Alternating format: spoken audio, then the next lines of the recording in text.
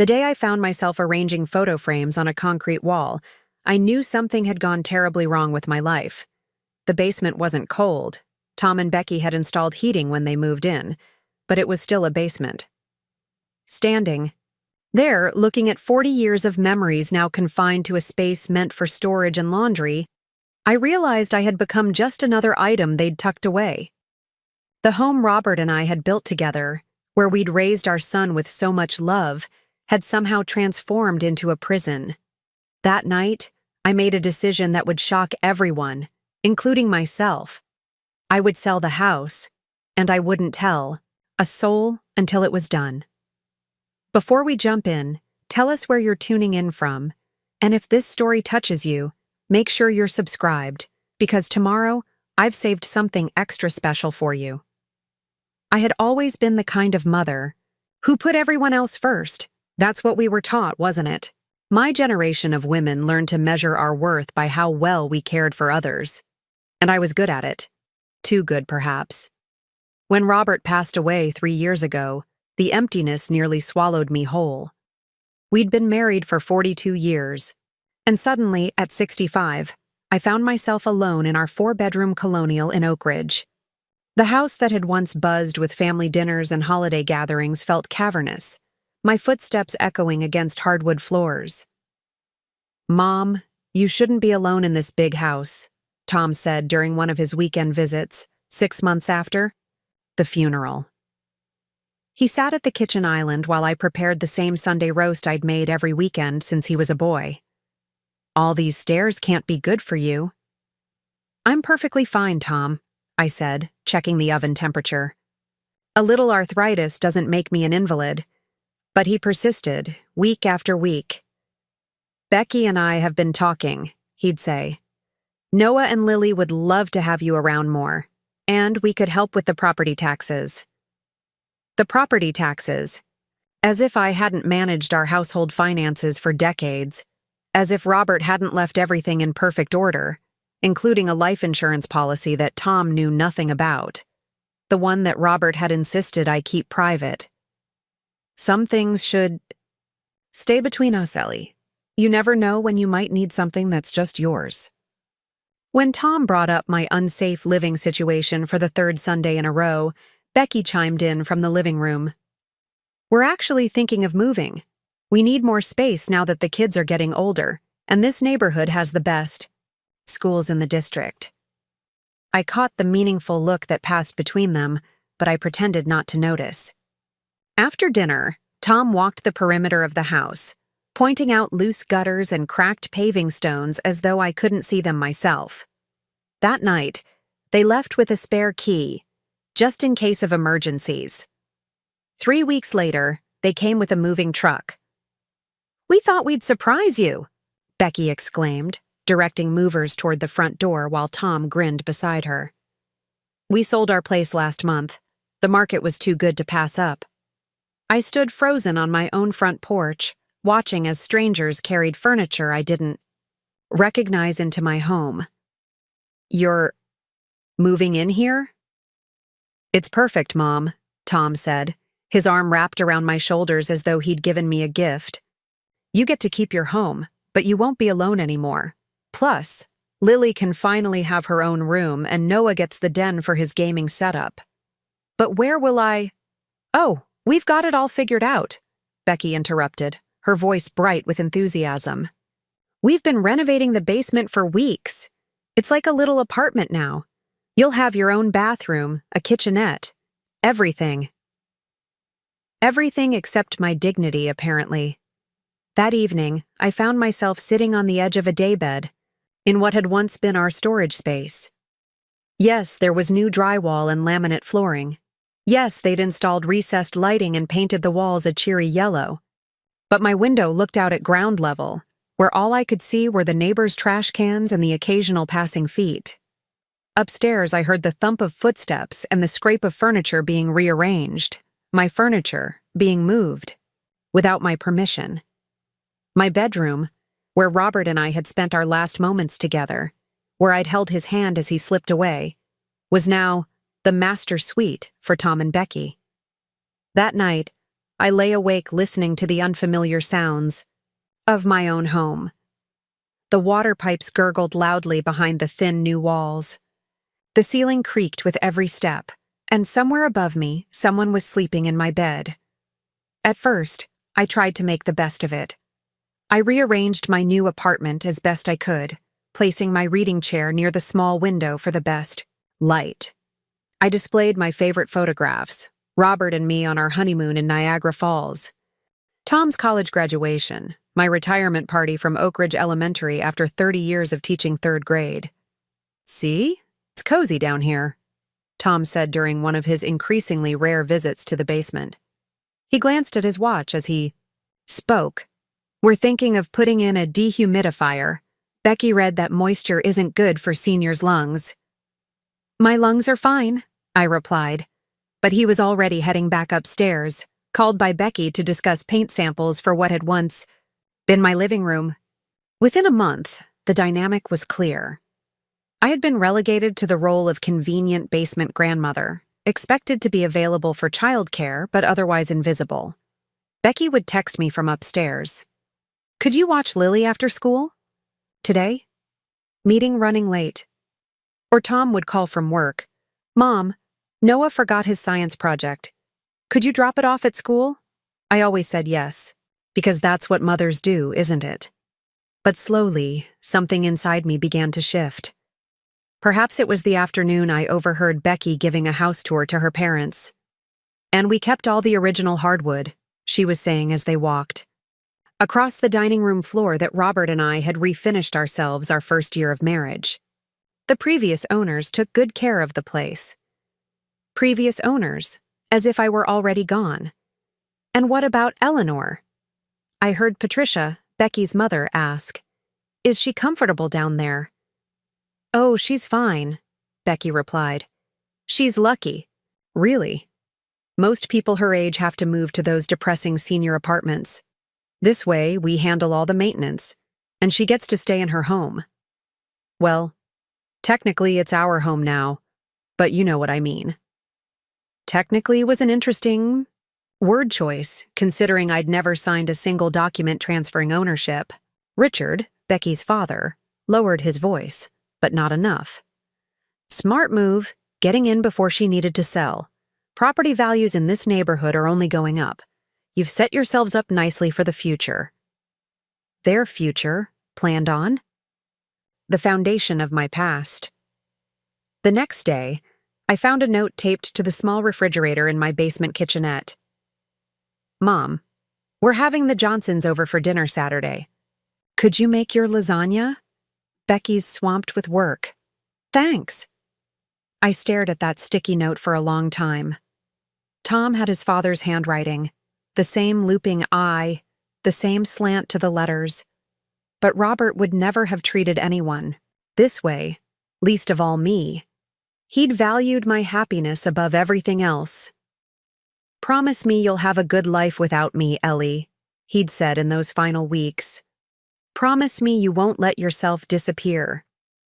Yet here I was, disappearing a little more each day.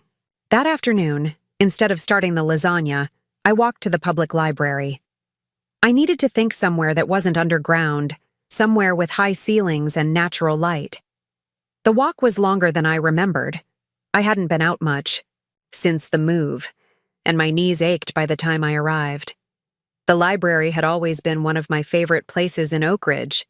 As a teacher, I'd brought classes here for story hour, watching young faces light up as the librarians performed voices for each character. Now, I settled into a comfortable chair by the window, letting the sunlight warm my face. "Eleanor? Eleanor Martinez, is that you?" I looked up to see Marcus Wilson, owner of the small bookstore where I'd bought my classroom supplies for years. He was carrying a stack of books and smiling broadly. "I haven't seen you in ages," he said, setting his books down at the table beside me. "How have you been since Robert passed? I've missed your recommendations. You always knew exactly which mysteries were worth reading." Something about his genuine interest brought a lump to my throat. When was the last time someone had asked about me, rather than what I could do for them? I'm managing, I said finally. Though things have changed recently, my son and his family moved in with me. Well, not exactly with me. They're upstairs, and I'm in the basement now. I hadn't meant to say that last part. It slipped out, hanging in the air between us. Marcus's smile faded. They moved you to the basement? Of your own home? Put that way, it sounded so much worse, and yet so much clearer. It's been renovated, I said quickly, feeling a strange urge to defend them. It has its own bathroom and everything. Eleanor, Marcus said gently. That's not right. Robert wouldn't have wanted that for you. No, he wouldn't have. And suddenly I couldn't pretend anymore. They're waiting for me to die, I whispered, speaking aloud the thought that had been forming in the back of my mind for weeks. They've planned their future around inheriting my house, and they don't want to wait anymore. Marcus sat with me as I talked, really talked, for the first time in months. Preparing and narrating this story took us a lot of time, so if you are enjoying it, subscribe to our channel. It means a lot to us. Now back to the story. He didn't offer solutions or platitudes, just listened as I described how quickly I'd been sidelined in my own life. You know, he said when I finally fell silent, my sister went through something similar with her daughter. Moved into help, then gradually took over. It took her 2 years to work up the courage to leave. Leave? The word felt foreign in my mouth. But where would I go? This is my home. Is it? Marcus asked. Or has it become their home, with you as a tenant? I didn't have an answer for that. When I returned to the house that evening, Tom was waiting at the door. Where have you been? He demanded. We were worried. You didn't answer your phone. I hadn't even realized my phone was in my purse, silenced from my library visit. I went for a walk, I said, moving past him toward the basement door. I needed some fresh air. Mom, you can't just disappear like that. What if something had happened to you? His concern would have touched me once. Now I wondered how much of it was genuine, and how much was fear of losing his convenient childcare arrangement. I'm fine, Tom. I'm not an invalid, remember? Of course not, he backpedaled. But at your age, my age, I repeated. I'm 68, not 98. Your father was still running marathons at my age. An uncomfortable silence fell between us. Robert had always been the buffer in our relationship, the translator who helped us understand each other. Without him, we'd lost that connection. Anyway, Tom said, clearing his throat. Becky was wondering about that lasagna for Saturday. I'll handle it, I said, walking down the basement steps. That night, I couldn't sleep. The house made its usual noises, the furnace kicking on, the ice maker dropping cubes, the faint sound of Tom's snoring that reminded me so much of his father. But now they felt like the sounds of strangers, intruders. I got up and opened the small fireproof box where I kept important documents. Inside was the folder Robert had prepared during his last months, copies of our will, insurance policies, bank accounts. Everything neatly labeled in his methodical way. The deed to the house was there too, still solely in my name. Tom had never asked about it, had simply assumed he'd inherit eventually. And why wouldn't he? That had always been the plan. But plans change. People change. I thought about what Marcus had said. Is it still your home? The answer was becoming clearer by the minute. The next morning, instead of preparing breakfast for Noah and Lily as usual, I got dressed in my best slacks and blouse and walked to the bus stop. I had an appointment to keep, one I'd made from the library the day before. Mrs. Martinez? The real estate agent stood as I entered her office. I'm Janet Kim. We spoke on the phone yesterday. Yes, I said, sitting down across from her. Desk. I'd like to know what my house is worth. and how quickly it could be sold. Janet's eyebrows rose slightly. Of course. But, correct me if I'm wrong, didn't you mention that your son and his family are currently living there? They are, without a lease or any legal arrangement. I placed the deed on her desk. The house is solely in my name, my late husband, and I paid off the mortgage 15 years ago. Understanding dawned in her eyes. I see. Well, in that case, let me tell you about the current market in Oak Ridge. It's quite favorable for sellers right now. By the time I left Janet's office 2 hours later, I had a plan. The house, my house, was worth considerably more than I'd imagined. Oak Ridge had become one of the most desirable suburbs in the Chicago area, with its excellent schools and proximity to the city. 3-bedroom colonials on corner lots simply didn't come on the market often. I could sell quickly, Janet assured me, and for enough to secure my future anywhere I chose. As I walked back from the bus stop that afternoon, I saw my home through new eyes. Not as the place where my memories lived, but as an asset that could fund my freedom. The weeping cherry tree Robert and I had planted on our 10th anniversary was in full bloom, pink petals carpeting the lawn. I stopped to touch its trunk, feeling the rough bark under my fingers. I'm sorry, I whispered, but I think it's time for me to go. That evening, as I prepared the lasagna Tom had requested, I heard them all upstairs. Noah playing video games too loudly, Lily practicing her recorder off-key, Becky on a work call pacing back and forth above my head, and Tom watching sports with the volume turned high. The sounds of a family living their life, building their memories. Without me. I layered noodles and sauce with mechanical precision, my mind elsewhere. I was already calculating, planning. The real estate agent had suggested I view properties before listing the house to ensure I had somewhere to go when it sold. Looking at condos doesn't commit you to anything, Janet had said. But it might help make this real for you. Real. Yes, that's what I needed. To make a new reality for myself, one where I wasn't relegated to the margins of my own life. As I slid the lasagna into the oven, I made another decision. I wouldn't tell them until everything was finalized. No discussions, no family meetings where my concerns would be dismissed as confusion or ingratitude.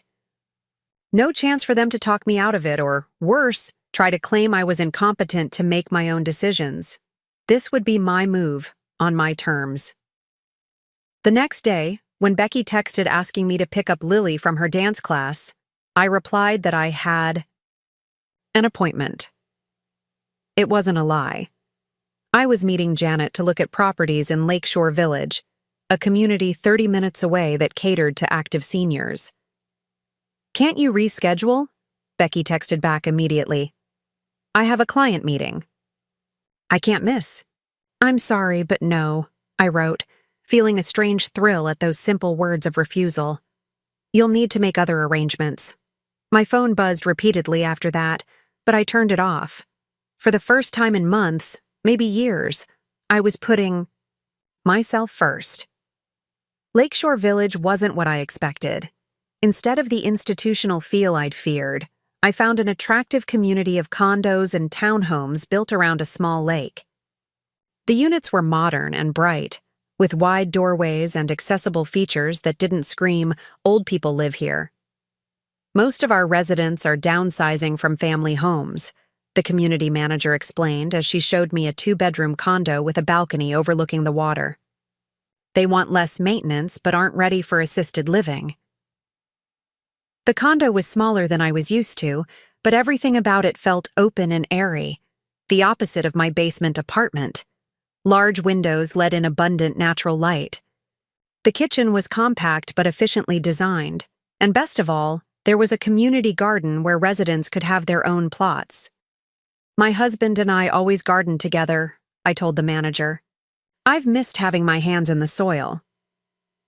We have several avid gardeners here, she replied. They're always looking for new members for their club. As we walked the grounds, I noticed people my age and older chatting on benches, walking. Dogs, even playing pickleball on a nearby court. They looked happy, engaged with life. I could be one of them, I realized. Not Eleanor the basement grandmother, but Eleanor the gardener. Eleanor the book club member. Eleanor the woman with her own life.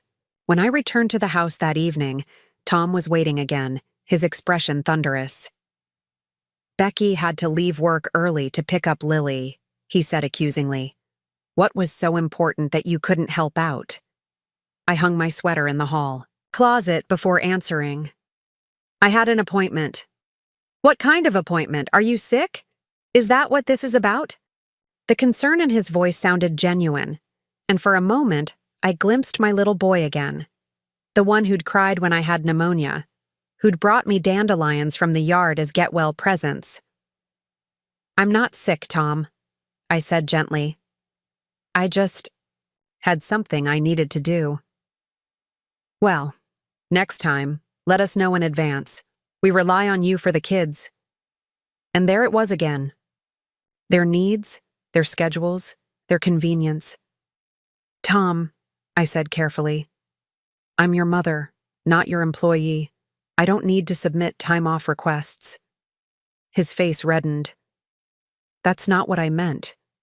But we're a family. We help each other." Help each other. Was that what this arrangement was? It didn't feel like mutual aid to me. "Yes, we are family," I agreed. "Which is why I made that lasagna everyone's enjoying tonight, despite having other things to do." I walked past him to the basement door, suddenly too tired for further discussion. But as I reached for the handle, he spoke again. "Mom, I don't know what's gotten into you lately, but Becky and I are getting concerned. You seem different, distracted." I turned back to face my son, this man who looked so much like his father but had somehow missed Robert's most essential lessons about respect and reciprocity. "People change, Tom," I said simply. "Even mothers." As I descended the stairs to my basement room, I felt something I hadn't experienced in a long time, the quiet satisfaction of standing my ground. It wasn't anger or resentment driving me anymore, but something cleaner, more powerful. Self-respect. That night, I began sorting through my possessions, mentally cataloging what I would take and what I could leave behind. The cherry bedroom, set Robert and I had purchased for our 10th anniversary, too large for a condo. The photo albums and scrapbooks from Tom's childhood, those would come with me. My gardening tools, my books, my mother's china. I made lists, preparing. In the morning, I had another appointment, this time with my bank. The manager, a young woman named Sophia who had handled Robert's estate after his passing, greeted me warmly. "Mrs. Martinez, what can I do for you today?" "I'm selling my house," I said, the words feeling more real each time I spoke them. "And I'll need to arrange for the proceeds to be properly managed." Sophia's professionalism didn't waver, though I could see surprise in her eyes. "Of course. Let's discuss your options." By the end of our meeting, I had a clear financial plan. The proceeds from the house would be more than enough to purchase a condo outright, with plenty left for a comfortable retirement. Robert's life insurance policy, which I'd barely touched, provided additional security. "You're in excellent financial shape, Mrs. Martinez," Sophia concluded. "Much better than most of our clients your age." Your age. There it was again, but this time it didn't feel like a limitation. Instead, it was simply a fact, one that I was finally addressing on my own terms. As I left the bank, my phone rang. It was Janet, the real estate agent. "Eleanor? Great news. If you're ready to move quickly, I have potential buyers who want to view the property this weekend. They're relocating for work and need to find something immediately." My heart raced. This weekend? But my family would need to be out during the showing, yes, Janet confirmed. "I understand that might be complicated given your situation. We could wait for a better time." I thought about the condo at Lakeshore Village, about the garden plots and the book club and the sense of possibility I'd felt there. I thought about the basement room where I'd spend another night if I delayed. "No," I said firmly. "This weekend is perfect. Can we arrange a private viewing while my son and his family are out?" "Absolutely. They typically do a Saturday morning, showing with minimal disruption." "Saturday morning," I repeated. "My son and his wife take the children to sports activities then. The house will be empty from 9 until at least noon." That settled, I hung up and took a deep breath. The wheels were in motion now. There was no going back.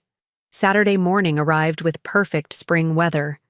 Tom and Becky hustled the children through breakfast, barely acknowledging me as they grabbed equipment bags and water bottles. "We'll be back around 12:30, Tom called over his shoulder. "Noah has soccer until 11, then Lily has her dance recital rehearsal." "Take your time," I replied, hiding the tremble in my voice. "I'll be here." As soon as their car pulled away, I texted Janet. "The house is empty. You can bring the buyers now." 20 minutes later, a luxury SUV pulled into the driveway. Janet emerged with a professional-looking couple in their 40s. Not unlike Tom and Becky, I realized with irony. "Eleanor, this is Dr. and Dr. Chen," Janet introduced us at the door. "They're very excited to see your beautiful home." The tour went better than I could have hoped. The Chens loved the original details Robert and I had preserved, the spacious backyard, even the weeping cherry tree.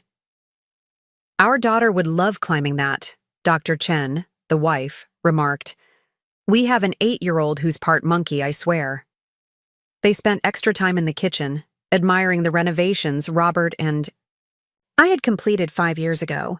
"The previous owners clearly took pride in this home," Dr. Chen, the husband, commented. I bit my tongue. I was still the owner, not previous.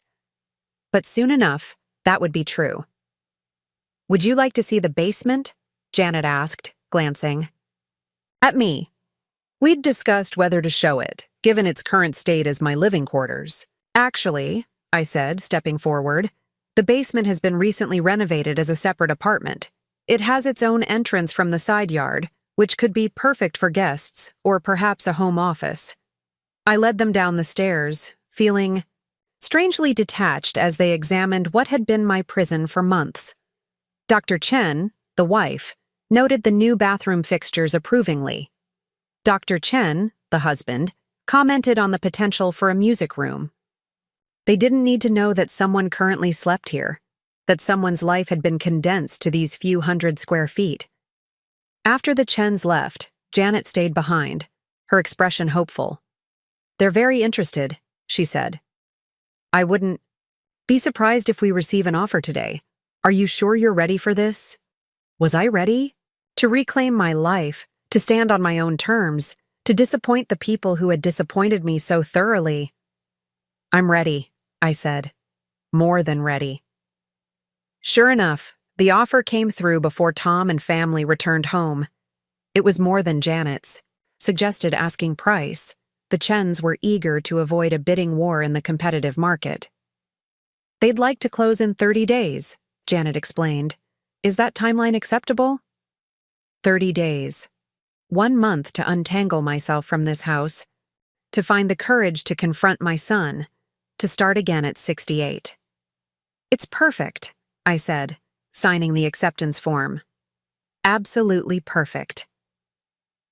I spent the afternoon in a state of nervous anticipation, washing dishes that didn't need washing, reorganizing books that were already alphabetized.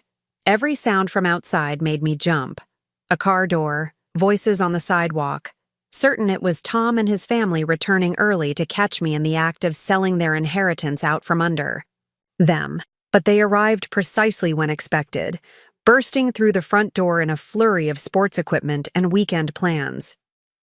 "Noah scored 2 goals today," Tom announced, dropping his keys in the bowl by the door, the same bowl that had held Robert's keys for 40 years.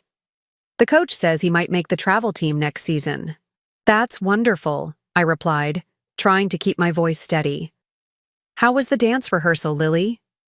My granddaughter twirled across the living room in demonstration, narrowly missing the coffee table. Miss Shannon says I'm the best flower in the whole recital. Of course you are, I said, genuinely warmed by her enthusiasm despite everything. Else? Becky swept in last, arms full of grocery bags. I picked up steaks for dinner, she announced. Tom's parents are stopping by later. I told them you'd make that potato salad they like. Not a question, not even a request, simply an assumption that I was available, willing, and at their disposal. Any other day I would have nodded and headed for the kitchen. Today, something shifted. Actually, I said, I have plans this evening. Becky paused halfway to the kitchen, turning back with a bemused expression. Plans? On Saturday night? The surprise in her voice stung. Was it so unthinkable that I might have a life beyond their needs? Yes, I replied simply. I'm meeting a friend for dinner. A friend? Tom appeared from the hallway where he'd been hanging up jackets. What friend? I thought of Marcus, who'd been so understanding, at the library. But the truth was, I hadn't made any actual plans yet. Helen, I said, naming my former teaching colleague who I hadn't seen in months. We're meeting at Green Street Cafe at 6. The lie slipped out easily, surprising me. I'd never been a good liar. Robert could always tell when I was bending. The truth, even about small things like birthday surprises. But Tom just looked confused. Since when do you go out to dinner, and who's watching the kids? Mom, you know we were counting on you tonight. I'm watching them, Becky interjected, her tone clipped. Your parents will be here by 7. We'll be fine. There was a moment of uncomfortable silence, broken only by the sounds of Noah's video game starting up in the living room. Well, I should get ready, I said, moving toward the basement door. Mom, Tom called after me. Is everything okay? You've been acting strange lately. I paused, one hand on the doorframe. Everything's fine, I assured him. I'm just keeping a dinner date. Downstairs, I sat on the edge of my bed and called Helen. When she answered, I spoke without preamble. Helen, it's Eleanor. I need a tremendous favor. Can you meet me for dinner in an hour at Green Street Cafe? I'll explain everything when I see you. There was a pause, then Helen's warm, familiar laugh. Eleanor Martinez, this is the most interesting phone call I've had all month. Of course I'll meet you. I want to hear whatever story makes you sound this mysterious. Relief flooded through me. I hadn't realized until that moment how desperately I needed an ally. Someone outside the situation who knew me before I became the convenient basement grandmother. I dressed with unusual care that evening, choosing a blue blouse that Robert had always loved and the pearl earrings he'd given me for our 30th anniversary. Looking in the mirror, I saw glimpses of my younger self.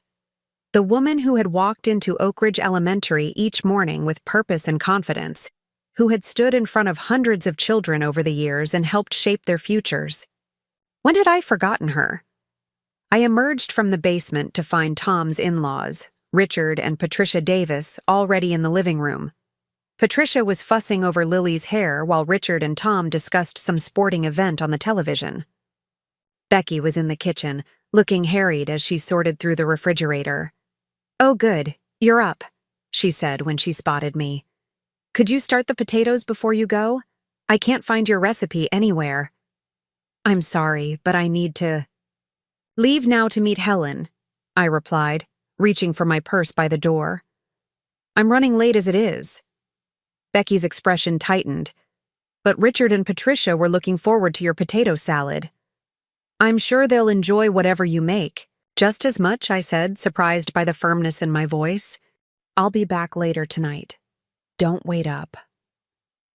As I walked out the front door, my front door, I felt the weight of their stares on my back. But for the first time in months, I was walking taller. Green Street Cafe was busy for a Saturday evening.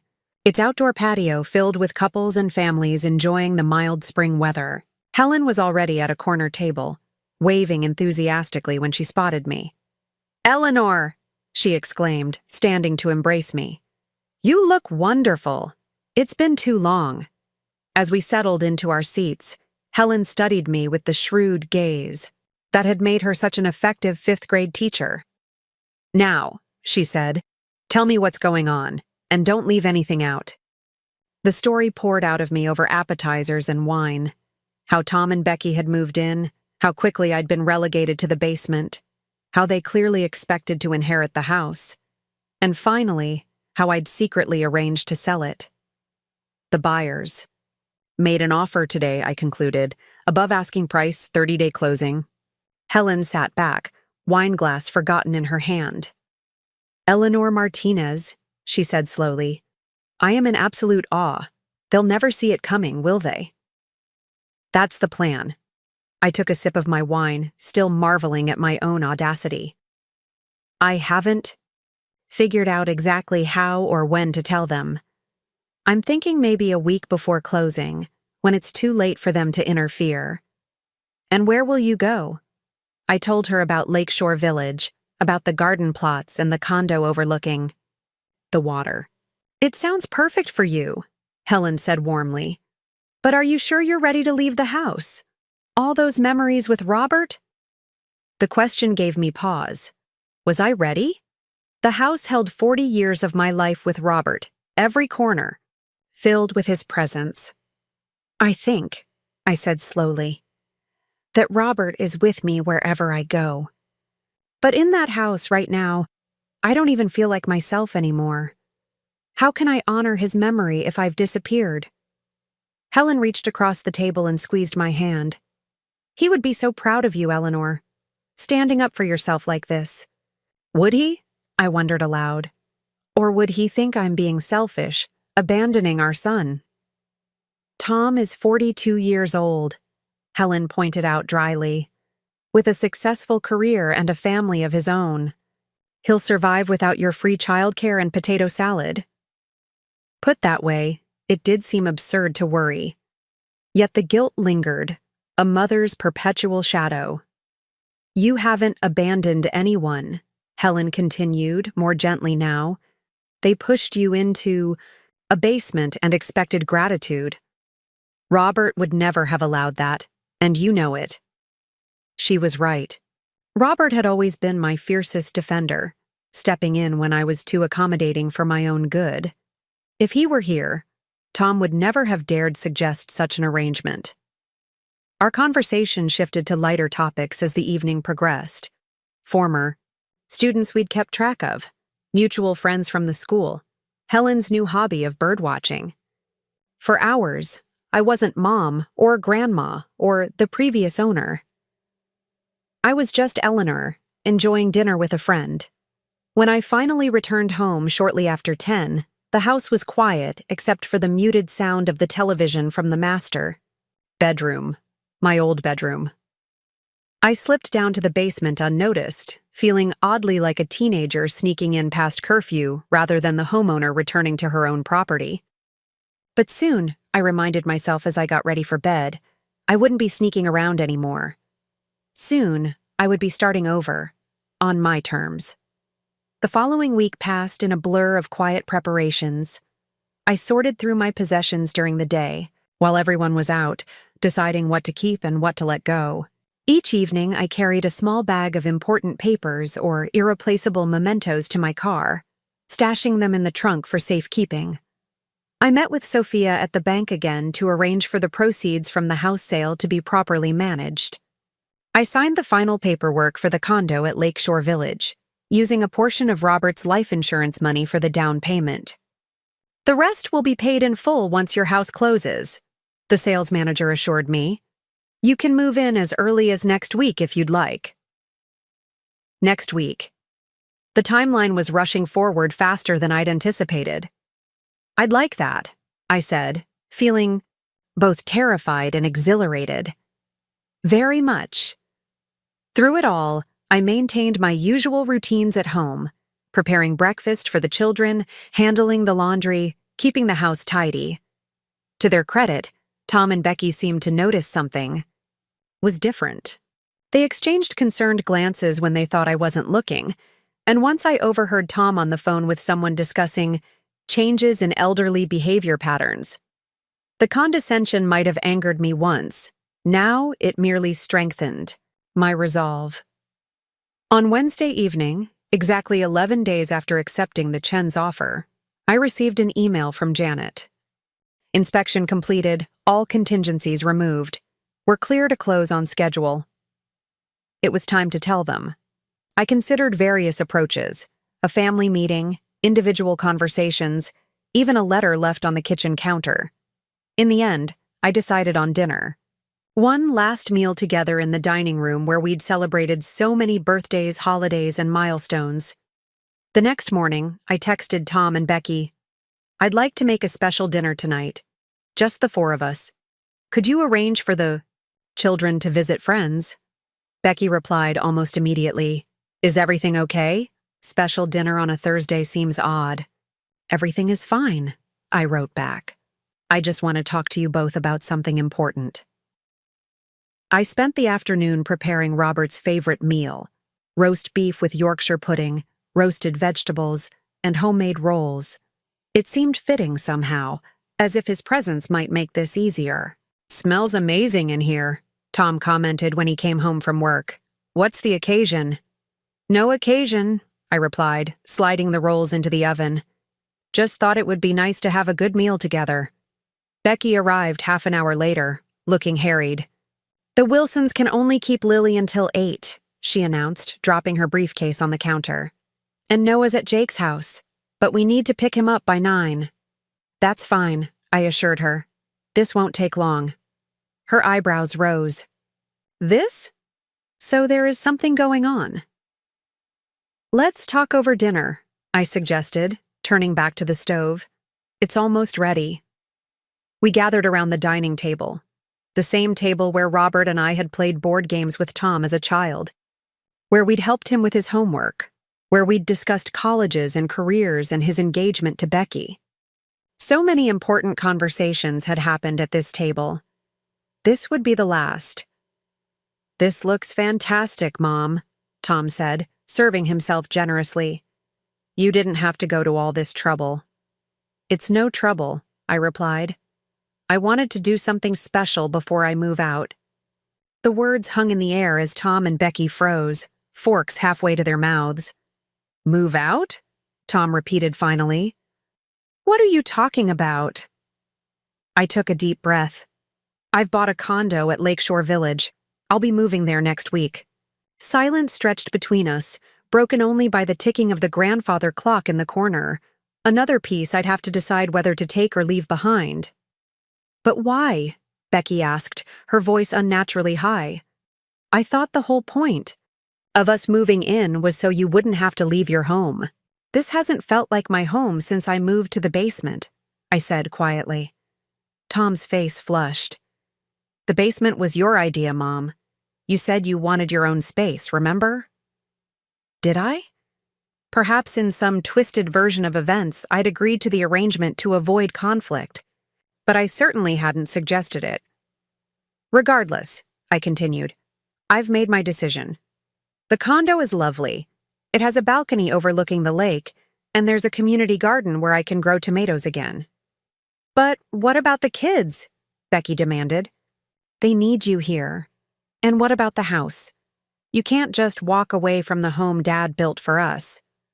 Actually, I said, setting down my fork, that brings me to the other thing I needed to tell you. I've sold the house. The silence that followed was absolute. Even the grandfather clock seemed to hold its breath. You what?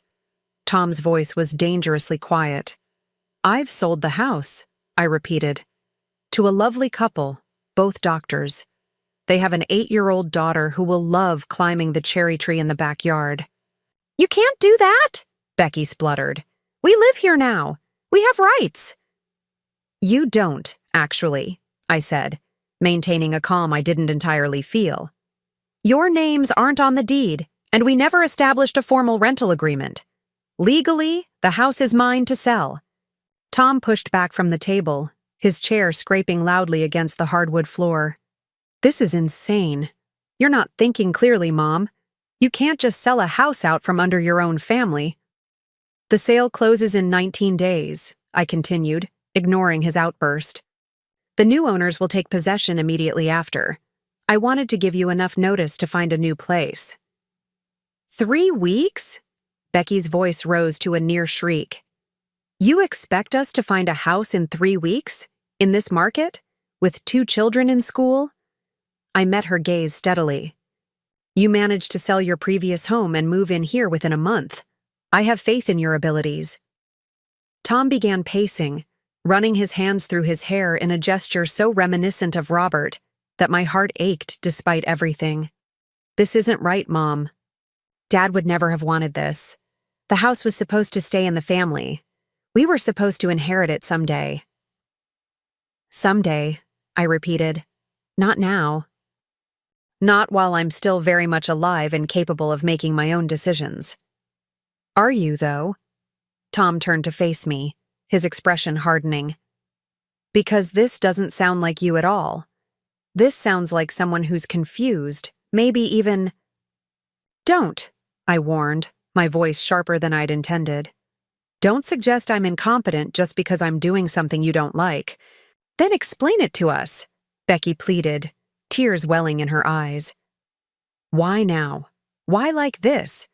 If you weren't happy with the arrangement, why didn't you say something?" I looked at her incredulously. "Would you have listened? When have you asked what I wanted since you moved in? When have you treated me as anything other than a convenient basement-dwelling caretaker?" "That's not fair," Tom protested.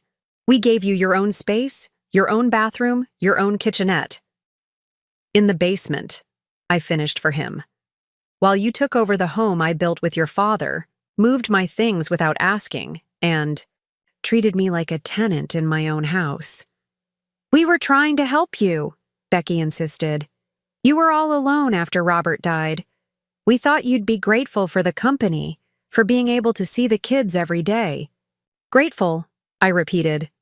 Yes, that's exactly what I was supposed to be, wasn't it? Grateful for being pushed aside. Grateful for being available whenever you needed childcare. Grateful for being allowed to stay in the house I've owned for 40 years. Tom collapsed back into his chair, looking stunned. "Is that really how you see it? That we've been taking advantage of you? Haven't you?" No one spoke for several long moments. The food grew cold on our plates, the special dinner forgotten in the weight of revelations. "What if we change things?" Tom finally asked, his high voice smaller now. "What if we swap, you take the master bedroom back and we move downstairs? Or we could convert the dining room into a main floor bedroom for you. There has to be a solution that doesn't involve selling the house." For a fleeting moment, I considered it. Perhaps things could be different. Perhaps we could find a new arrangement that respected my position in the household. But then I remembered the Chen's daughter, who would climb the cherry tree. I remembered the condo at Lakeshore Village with its view of the water and its promise of a fresh start. I remembered the garden plots waiting for my tomato plants. "The house is sold," I said firmly. "The decision is made." "You can still—" "Back out," Becky argued. "Pay a penalty. Break the contract. Whatever it takes. You can't do this to us, to the children. It's cruel." "Cruel?" I shook my head slowly. "Was it cruel when you moved me to the basement of my own home? Was it cruel when you referred to me as the previous owner while giving your parents a tour? Was it cruel when you made plans for your future based on my death?" Becky flinched, as if I'd slapped her. "I never said anything about your death. You didn't have to. It was implied in every decision, every assumption about your house, every conversation about when the house is yours." Tom placed his head in his hands. "Mom, please, this is our home now, too. The kids are settled in school. We've made renovations. We've put down roots here. You can't just uproot all of that because you're feeling slighted." "Slighted?" I repeated, the word tasting bitter on my tongue. Is that what you think this is about? Hurt feelings? Then what is it about? He demanded. Revenge? Punishment? Making us suffer because you weren't getting enough attention? The accusation stung, but I took a deep breath before responding. It's about respect, Tom. It's about having the agency to make my own decisions. About my own life and property. It's about remembering who I am beyond being your mother and the children's grandmother. And who is that exactly? Becky asked, her tone somewhere between bitter and genuinely curious. Because the Eleanor I thought I knew would never turn her back on family like this. I'm still figuring that out, I admitted, but I know I'm someone who deserves better than a basement. The doorbell rang, interrupting our standoff. Tom went to answer it, his movements stiff with anger. A moment later, he returned with a middle-aged couple I didn't recognize. Mom, he said coldly. These people say they're here to measure for window treatments. Care to explain? The Chens stood awkwardly in the dining room doorway, looking uncomfortable. We're so sorry to intrude, Dr. Chen, the wife, said quickly. The agent said it would be okay to stop by this evening. We can come back another time. I rose from my chair, smoothing my skirt. It's fine, I assured them. You're not intruding. This is Dr. and Dr. Chen, I explained to Tom and Becky. They're the new owners. The look on Tom's face shifted from disbelief to betrayal. You invited them here tonight? They're on a tight schedule with their relocation, I explained, and I thought it might be good for you to meet them, to know who will be caring for the house next. Unbelievable, Becky muttered, pushing away from the table. I can't do this right now. She stormed out of the room, brushing past the Chens without acknowledging them. Tom remained frozen in place, his expression unreadable. Perhaps we should come back another time, Dr. Chen, the husband, suggested, clearly sensing the tension. No need, I said, gesturing for them to enter. Let me show you the windows you were asking about. The living room gets beautiful morning light. I guided them through the house, pointing out features and answering questions while acutely aware of Tom following several paces behind, silent and seething. The Chens, to their credit, maintained polite professionalism despite the obvious awkwardness of the situation.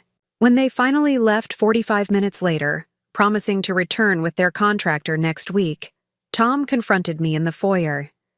How could you do this? He demanded, his voice breaking.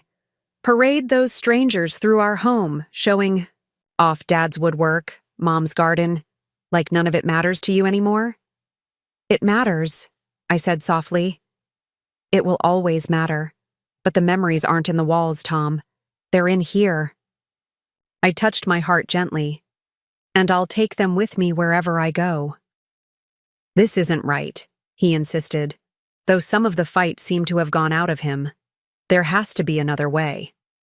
There isn't, I said firmly. The decision is made. That night, alone in my basement room, I allowed myself to cry for the first time since the whole process began. Not out of regret. I remained certain of my choice, but out of grief for the family I'd thought we were, for the son who couldn't see what had been done to me, for the relationship that might never recover from this rupture. The next morning, I woke to unusual silence from upstairs. No thumping footsteps, no children's voices, no kitchen sounds. When I finally ventured up to make coffee, I found a note on the counter in Tom's handwriting. Staying at Becky's parents' house until we figure things out. We'll be back tomorrow to start packing. The house felt eerily empty without them, a preview of what was to come once I moved out as well. I wandered from room to room, touching familiar surfaces, the banister Robert had refinished by hand, the window seat where I'd read stories to Tom, the kitchen counters where I'd taught him to bake cookies. For a moment, doubt crept in. Was I doing the right thing? Was I throwing away my last connection to Robert, to our life together? As if in answer, my phone chimed with a text from Janet. Just checking in. The closing is on track for the 12th. How are you holding up? I looked around the empty house one more time, then typed my reply. I'm ready for the next chapter. Later that day, I called Marcus. We'd been meeting regularly for coffee since our first encounter at the library, and he'd become a trusted sounding board during this transition. They didn't take it well, I told him, recounting the previous night's confrontation. Did you expect them to? He asked gently. No, I admitted. But I hoped. I don't know what I hoped. That they might understand? That they might see it from my perspective? They're in shock, Marcus suggested. Give them time. Right now, they're only seeing what they're losing, not what you've gained. And what have I gained exactly? Your dignity, he said simply. Your independence. Your right to choose your own path. Put that way, it seemed worth whatever price I might have to pay in family discord. I'm meeting with a moving company tomorrow, I told him. They'll pack and move everything I'm taking with me. The rest will go to charity or stay with the house. Do you need help sorting through things? He offered. My sister found it helpful to have someone objective when she was downsizing. His kindness brought unexpected tears to my eyes. That would be wonderful, I managed to say. There's so much history in this house, so many decisions to make. I'll be there first thing tomorrow, he promised. We'll tackle it together. When I hung up, I felt lighter somehow. Perhaps it was knowing I had support during this difficult transition. Perhaps it was simply the relief of having my decision out in the open at last. The house around me was still the same walls that had watched Tom grow from infant to man, the same rooms where Robert and I had built our life together. But something fundamental had shifted inside me. For the first time in years, perhaps decades, I was prioritizing my own needs, my own future. It wasn't selfishness, I decided. It was self-preservation. And at 68, I was finally learning that the two were not the same thing at all. I spent the afternoon making lists.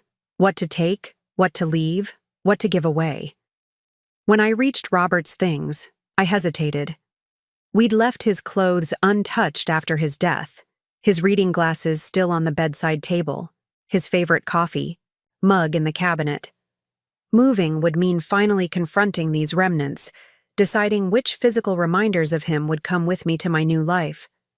In the master bedroom closet, now filled with Tom and Becky's clothes, I found a small section of Robert's suits still hanging at the back. I ran my fingers over the familiar fabrics, remembering how handsome he'd looked in each one. Would he understand what I was doing? Would he approve? I miss you, I whispered to the empty room. I wish you were here to tell me I'm doing the right thing. As if in answer, my gaze fell on a small wooden box on the high shelf. Robert's keepsake. Box. The one where he'd kept ticket stubs from our dates, dried flowers from anniversaries, small mementos from our life together. I reached for it, surprised that Tom and Becky had left it undisturbed. Inside, beneath the expected souvenirs, I found an envelope addressed to me in Robert's handwriting. With trembling fingers, I opened it to find a letter dated just weeks before his death. My dearest Eleanor, if you're reading this, it means you're finally cleaning out my things. Knowing you, it's probably been months or even years since I've been gone. You always were sentimental about holding on to the past. But here's what I want you to know. The past is just memory. The future, even without me, is still yours to create. Don't stay frozen in time out of loyalty to what we had. Don't let our home become a museum to a life that's ended. Whatever you decide to do, sell the house, travel the world, adopt 17 cats, know that you have my blessing. The only promise I want you to keep is the one about living a good life without me. All my love, always, Robert. I clutched the letter to my chest, tears flowing freely now. Even from beyond, Robert understood what I needed better than my own son did. He'd given me permission to move forward, to remake my life without him. In that moment, any lingering doubt vanished. I was doing exactly what Robert would have wanted, choosing life, choosing myself, refusing to disappear into the background of someone else's story. When Tom and Becky returned the next day, subdued and red-eyed, I met them with newfound certainty. "I've arranged for movers to come next Tuesday," I told them. "I'll be taking only what fits in the condo. You're welcome to anything I leave behind, or you can sell it with the house." "So this is really happening," Tom said flatly. "You're really going through with it?" "Yes," I replied simply. "I am." We stood in awkward silence for a moment, the gulf between us seemingly unbridgeable. "Fine," he said finally. "We've found an apartment we can lease short-term while we look for a house. We'll be out by the closing date." "Thank you," I said, genuinely relieved that they weren't going to fight me further. "Don't thank me," he replied bitterly. "I'm not doing this for you. I'm doing it because I don't have a choice." As they headed upstairs to begin packing, Becky paused on the landing. "For what it's worth," she said quietly, "I'm sorry if we made you feel less than welcome in your own home. That was never our intention." It wasn't exactly an admission of wrongdoing, but it was something. A small acknowledgement that perhaps they hadn't handled things as well as they might have. "I know," I said, because in my heart, I did. They hadn't acted out of malice, just selfishness and convenience. They'd seen an opportunity and taken it, never stopping to consider how it might feel from my perspective. The next 2 weeks passed, in a whirlwind of boxes and decisions. Marcus came daily, helping me sort through 40 years of accumulation with patience and insight. "Keep only what brings you joy or serves a purpose in your new life," he advised, quoting some organizational guru he'd read. "The rest is just weight holding you back." I discovered he was right. With each box packed or discarded, I felt lighter, more mobile, more ready for whatever came next. Tom and Becky worked around us, packing their own belongings with minimal interaction. The children, confused by the sudden upheaval, asked questions I wasn't equipped to answer. "Why are we moving, Grandma?" Lily wanted to know. "Don't you like living with us anymore?" "It's not about liking or not liking," I tried to explain. "Sometimes adults need different things as they get older. I need a place that's just for me, and your mom and dad need a place that's just for your family." "But we're your family too," Noah pointed out with a child's perfect logic. "Yes," I agreed, hugging him close. "And we always will be, no matter where we live." I wasn't sure if he believed me. I wasn't entirely sure if I believed myself. But I hoped that with time, the rift might heal, that Tom might come to understand why I'd needed to make this stand, why I'd chosen my independence over the comfort of the familiar.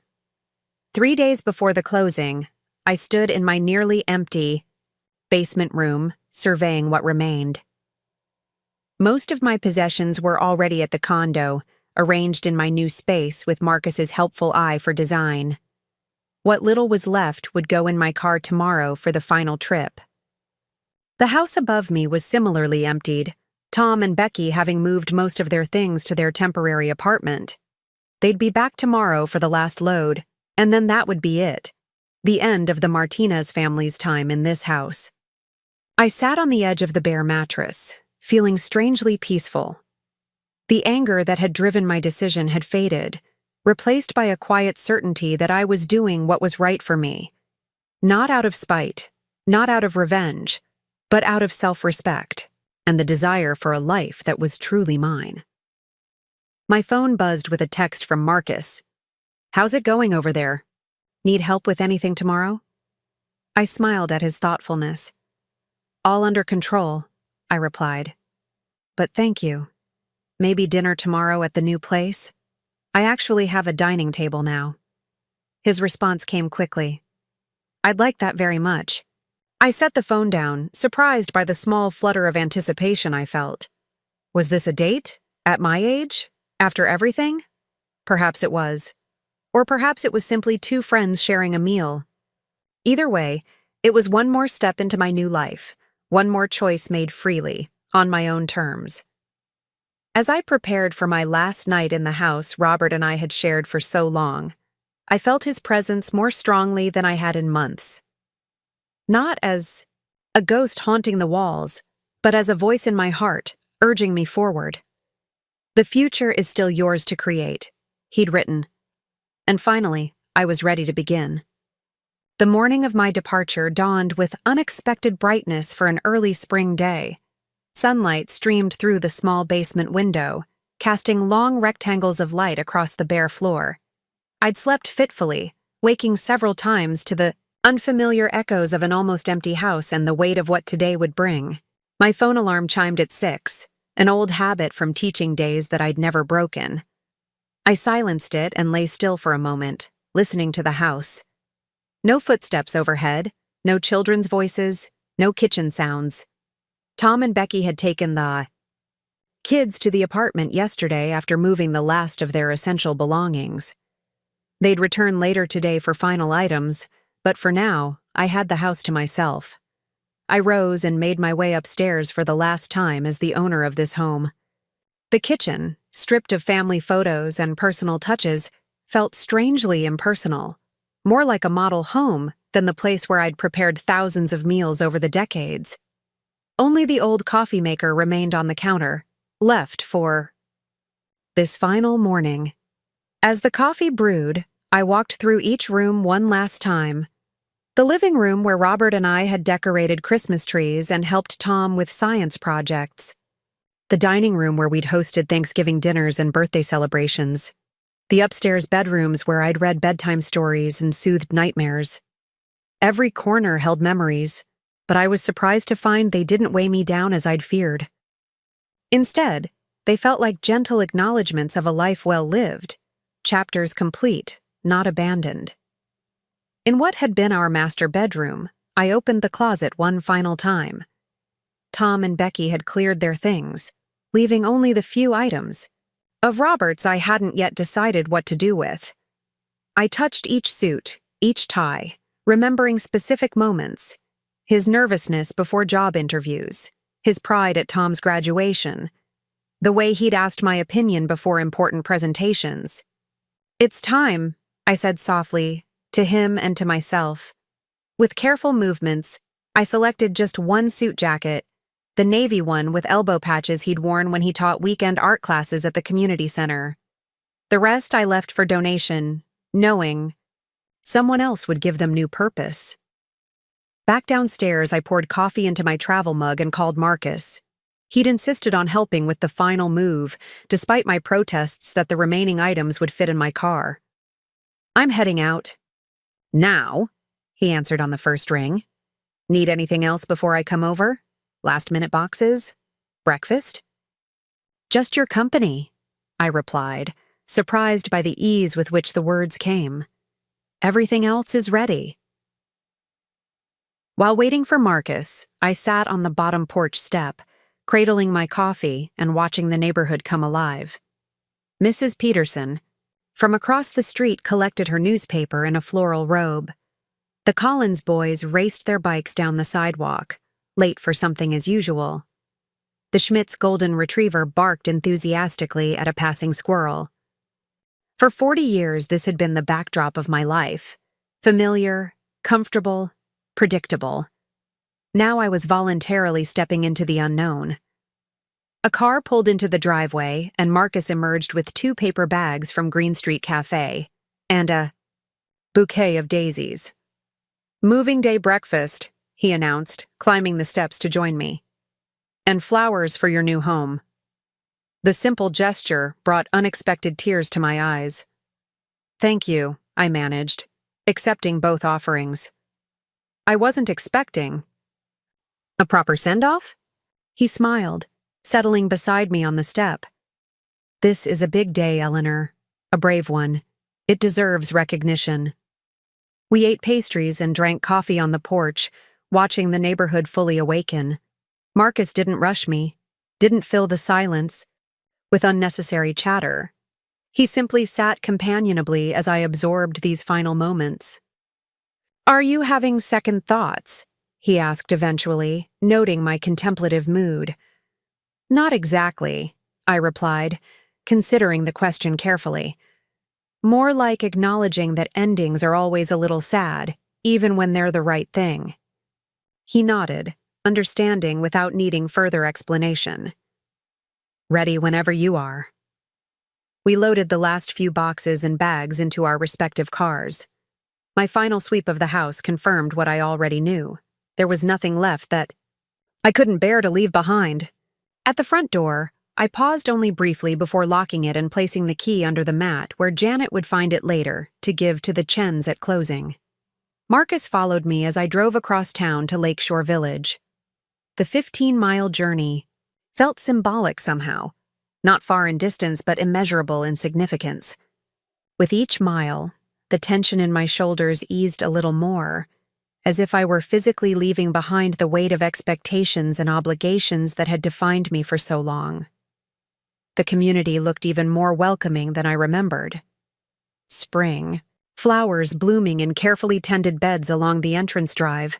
Several residents waved as we pulled into the visitor parking area near my new condo. "Mrs. Martinez!" The community manager, Diane, hurried over as I emerged from my car. "Welcome home. We've been looking forward to your arrival." Home. The word resonated differently now, not tied to a specific structure or history, but to something more essential. A place where I belonged, where I was valued, where I could be fully myself. "Thank you," I replied, genuinely touched by her enthusiasm. "I'm looking forward to settling in." With Marcus's help, the last of my belongings were quickly carried inside. The condo, already furnished with the items delivered earlier in the week, looked invitingly arranged. Sunlight poured through the balcony doors, illuminating the open living area. The kitchen, though smaller than what I was accustomed to, gleamed with new appliances and clean countertops. "What do you think?" Marcus asked, setting down the final box. "Does it feel right?" I walked slowly through the space, running my fingers along the back of my reading chair, now positioned perfectly by the window overlooking the lake. Robert's landscape paintings, carefully selected from our collection, adorned walls that had never known us as a couple, but somehow didn't feel alien. "It feels like possibility," I said finally, "like a blank page rather than the end of a book." Marcus smiled. "That's a good way of looking at it." Diane returned with a welcome basket and a folder of information. "We have a community dinner tonight at 6 in the clubhouse," she explained. "It's nothing formal, just a chance for new residents to meet their neighbors. I hope you'll join us." After she left, Marcus helped me unpack the last few boxes while I arranged Robert's suit jacket in the closet beside my clothes.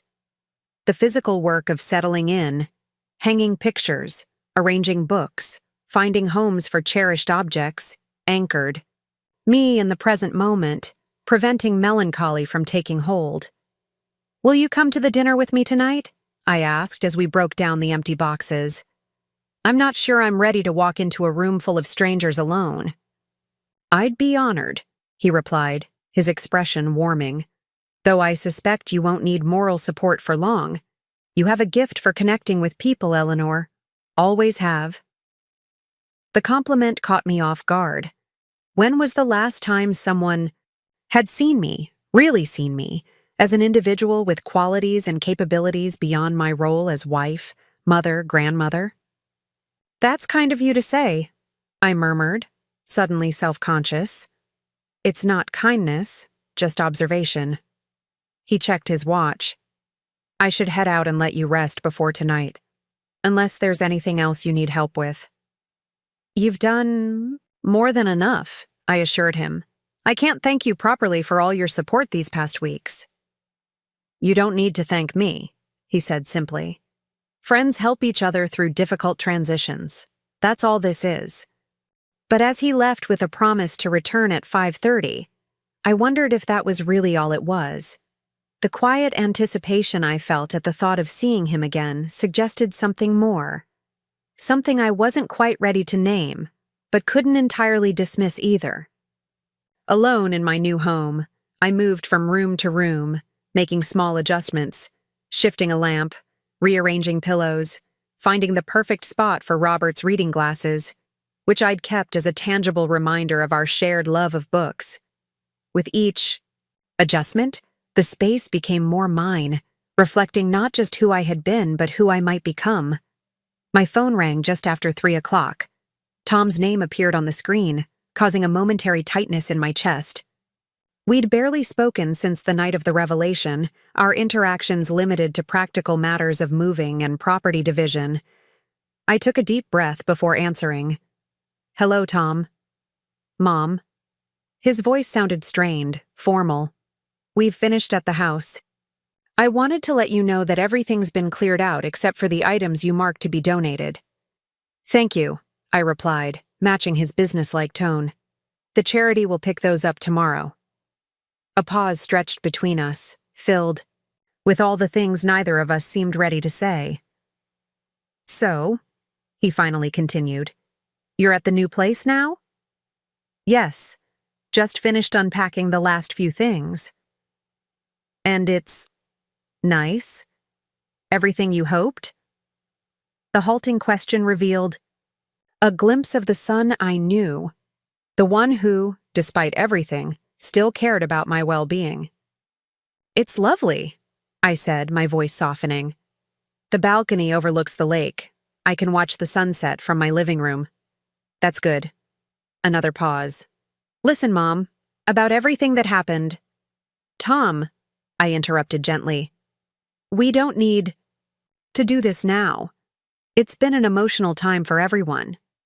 Maybe we all need a little space to adjust to the new normal." He sighed, a sound heavy with unresolved feelings. "Maybe you're right. I want you to know that despite how it might seem, we never meant to make you feel unwanted or unappreciated." "I know that," I acknowledged. "Intentions and impact aren't always the same thing." "Yeah." He was quiet for a moment. "The kids are asking when they can see your new place." The mention of Noah and Lily sent a pang through my heart. In the chaos of the move, I'd had little time with them, and I worried about how they were processing all the changes. "Anytime," I said quickly. "They're always welcome. You all are, once you're ready. Maybe next weekend, after everyone's had a chance to settle?" "I'd like that." After we hung up, I sat on the balcony, watching boats skim across the lake's surface. The conversation with Tom hadn't resolved anything, but it felt like the beginning of something. A tentative bridge across the chasm that had opened between us. At precisely 5:30, Marcus arrived for the community dinner, looking more polished than usual in a navy blazer and crisp white shirt. I'd made an effort as well, wearing a floral dress I'd purchased just last week, my first new outfit, in longer than I cared to admit. "You look beautiful," he said simply as I opened the door. "Thank you." I felt a blush rising to my cheeks. "So do you. Handsome, I mean." He offered his arm with an old-fashioned gallantry that made me smile. "Shall we go meet your new neighbors?" The community clubhouse was a short walk from my condo, situated on a rise overlooking the lake. Inside, about 30 residents had gathered for dinner, their conversations creating a pleasant buzz of social energy. Diane spotted us immediately and hurried over to make introductions. "Everyone, this is Eleanor Martinez, our newest resident in Lakeside Building C," she announced. Eleanor was a teacher for 30 years before retiring. "Welcome." Several people approached, offering handshakes and warm greetings. A tall woman with silver hair styled in an elegant bob stepped forward. "I'm Margaret Spencer Building." "B," she said, her handshake firm and confident. "Former high school principal, so we speak the same language. Come sit with Richard and me. We save the good seats with the lake view." Before I knew it, Marcus and I were seated at a table with Margaret and her husband Richard, along with another couple, David and Susan Chen, no relation to my home's buyers, just a coincidence, who had moved to Lakeshore Village 6 months earlier. "Best decision we ever made," Susan confided as we filled our plates from the buffet. "Our kids thought we were crazy to leave the family home, but I've never felt more liberated." Our daughter had already mentally redecorated our living room, David added with a wry smile. She was not pleased when we sold to strangers instead. Their experience so mirrored my own that I found myself sharing more than I'd intended about the circumstances of my move. Rather than judgment, I received understanding nods and knowing smiles. "Classic basement grandma syndrome," Margaret declared. "Richard's mother went through the same thing with his sister, moved her to the guest room, then gradually took over everything else." "What did she do?" I asked, curious about another woman's solution to a similar situation. "Bought an RV and spent 2 years traveling the country," Richard chuckled. "Sent postcards from every national park, said it was the best revenge, living well while they figured out their own childcare." The conversation flowed easily throughout dinner, touching on books, local activities, the upcoming community garden lottery, and a dozen other topics. Marcus participated fully, his warmth and wit earning approving glances from my new acquaintances. As coffee and dessert were served, Margaret leaned closer. "Your friend here is quite charming," she murmured. "How long have you been seeing each other?" "Oh, we're not," I began automatically, then paused, unsure how to characterize our relationship. "Marcus has been a wonderful support through my move. We're friends." Margaret's knowing smile suggested she wasn't entirely convinced by my explanation, but she didn't press the issue. "Well, he seems lovely, and it's never too late for new beginnings, you know." Her words stayed with me as the evening progressed. New beginnings. Wasn't that exactly what I'd been seeking? Not just a new home, but a new way of living, new connections, new possibilities for what my remaining years might hold. As the gathering wound down, several residents invited me to upcoming activities: a book club meeting, a walking group that circled the lake each morning, a watercolor class held in the clubhouse studio. Each invitation represented a thread in what could become a new social fabric, one I would weave myself rather than having it imposed upon me. Walking back to my condo with Marcus under a sky turning indigo with approaching night, I felt a lightness I hadn't experienced in years. "You were right," I told him, our arms brushing occasionally as we strolled along the lakeshore path. "I didn't need moral support after all. They're a welcoming group." "I told you," he replied, sounding pleased. "Though I'm glad I came anyway. I enjoyed meeting them all. Especially Margaret. She reminds me of you." "Of me? How so?" "Direct, observant, not afraid to speak her mind." He glanced at me with a small smile. Qualities I admire greatly. We reached my door, and the familiar end-of-evening awkwardness descended, that moment of uncertainty about how to conclude our time together. "Thank you for coming with me tonight," I said, keys in hand but making no move to use them. It made everything easier. "It was my pleasure." He hesitated, then added, "I was thinking of trying that new breakfast place on Willow Street tomorrow. Would you like to join me? Around 9? Another invitation, another choice that was entirely mine to make. "I'd love to," I replied, surprising myself with how much I meant it. His smile widened. "Good night then, Eleanor. Sleep well in your new home." After he left, I moved through the darkened condo, turning on lamps and adjusting thermostats, small rituals of claiming space. Through the balcony doors, the lake gleamed silver in the moonlight, a view I now owned as surely as the walls around me. I readied myself for bed in the unfamiliar bathroom, the new routines feeling strange but not unwelcome. In the bedroom, I'd placed a photograph of Robert on the nightstand, one from our 30th anniversary trip to Yellowstone, his face tanned and laughing as he pointed out a distant moose. "Well," I said to his image as I slipped beneath covers that still smelled of the store, "I did it. New place, new start. You'd laugh at how nervous I was about that dinner tonight. But you'd be proud too, I think." Sleep came more easily than I'd expected, deep and dreamless in my new sanctuary. The next week unfolded in a pleasant rhythm of small discoveries and establishing routines. I learned which cabinet drawer stuck, slightly, which neighbor walked their dog at precisely 7 each morning, which chair on the balcony caught the morning sun just right for reading. Marcus and I fell into an easy pattern of shared meals and activities. Breakfast at the new place on Willow Street, excellent scones, mediocre coffee, an art exhibition at the local gallery, interesting but overpriced, a community concert, in the Lakeside Pavilion, enthusiastic if not entirely polished. We didn't label what was developing between us, but I found myself looking forward to his calls, arranging my schedule around our plans, wondering what he might think of a book I was reading or a view I'd discovered on my morning walks. Meanwhile, my social circle at Lakeshore Village expanded rapidly. Margaret introduced me to the garden club, where I secured a small plot for summer planting. David and Susan invited me to join their weekly bridge game, patiently refreshing my rusty skills. The morning walking group welcomed me as if I'd always been a member.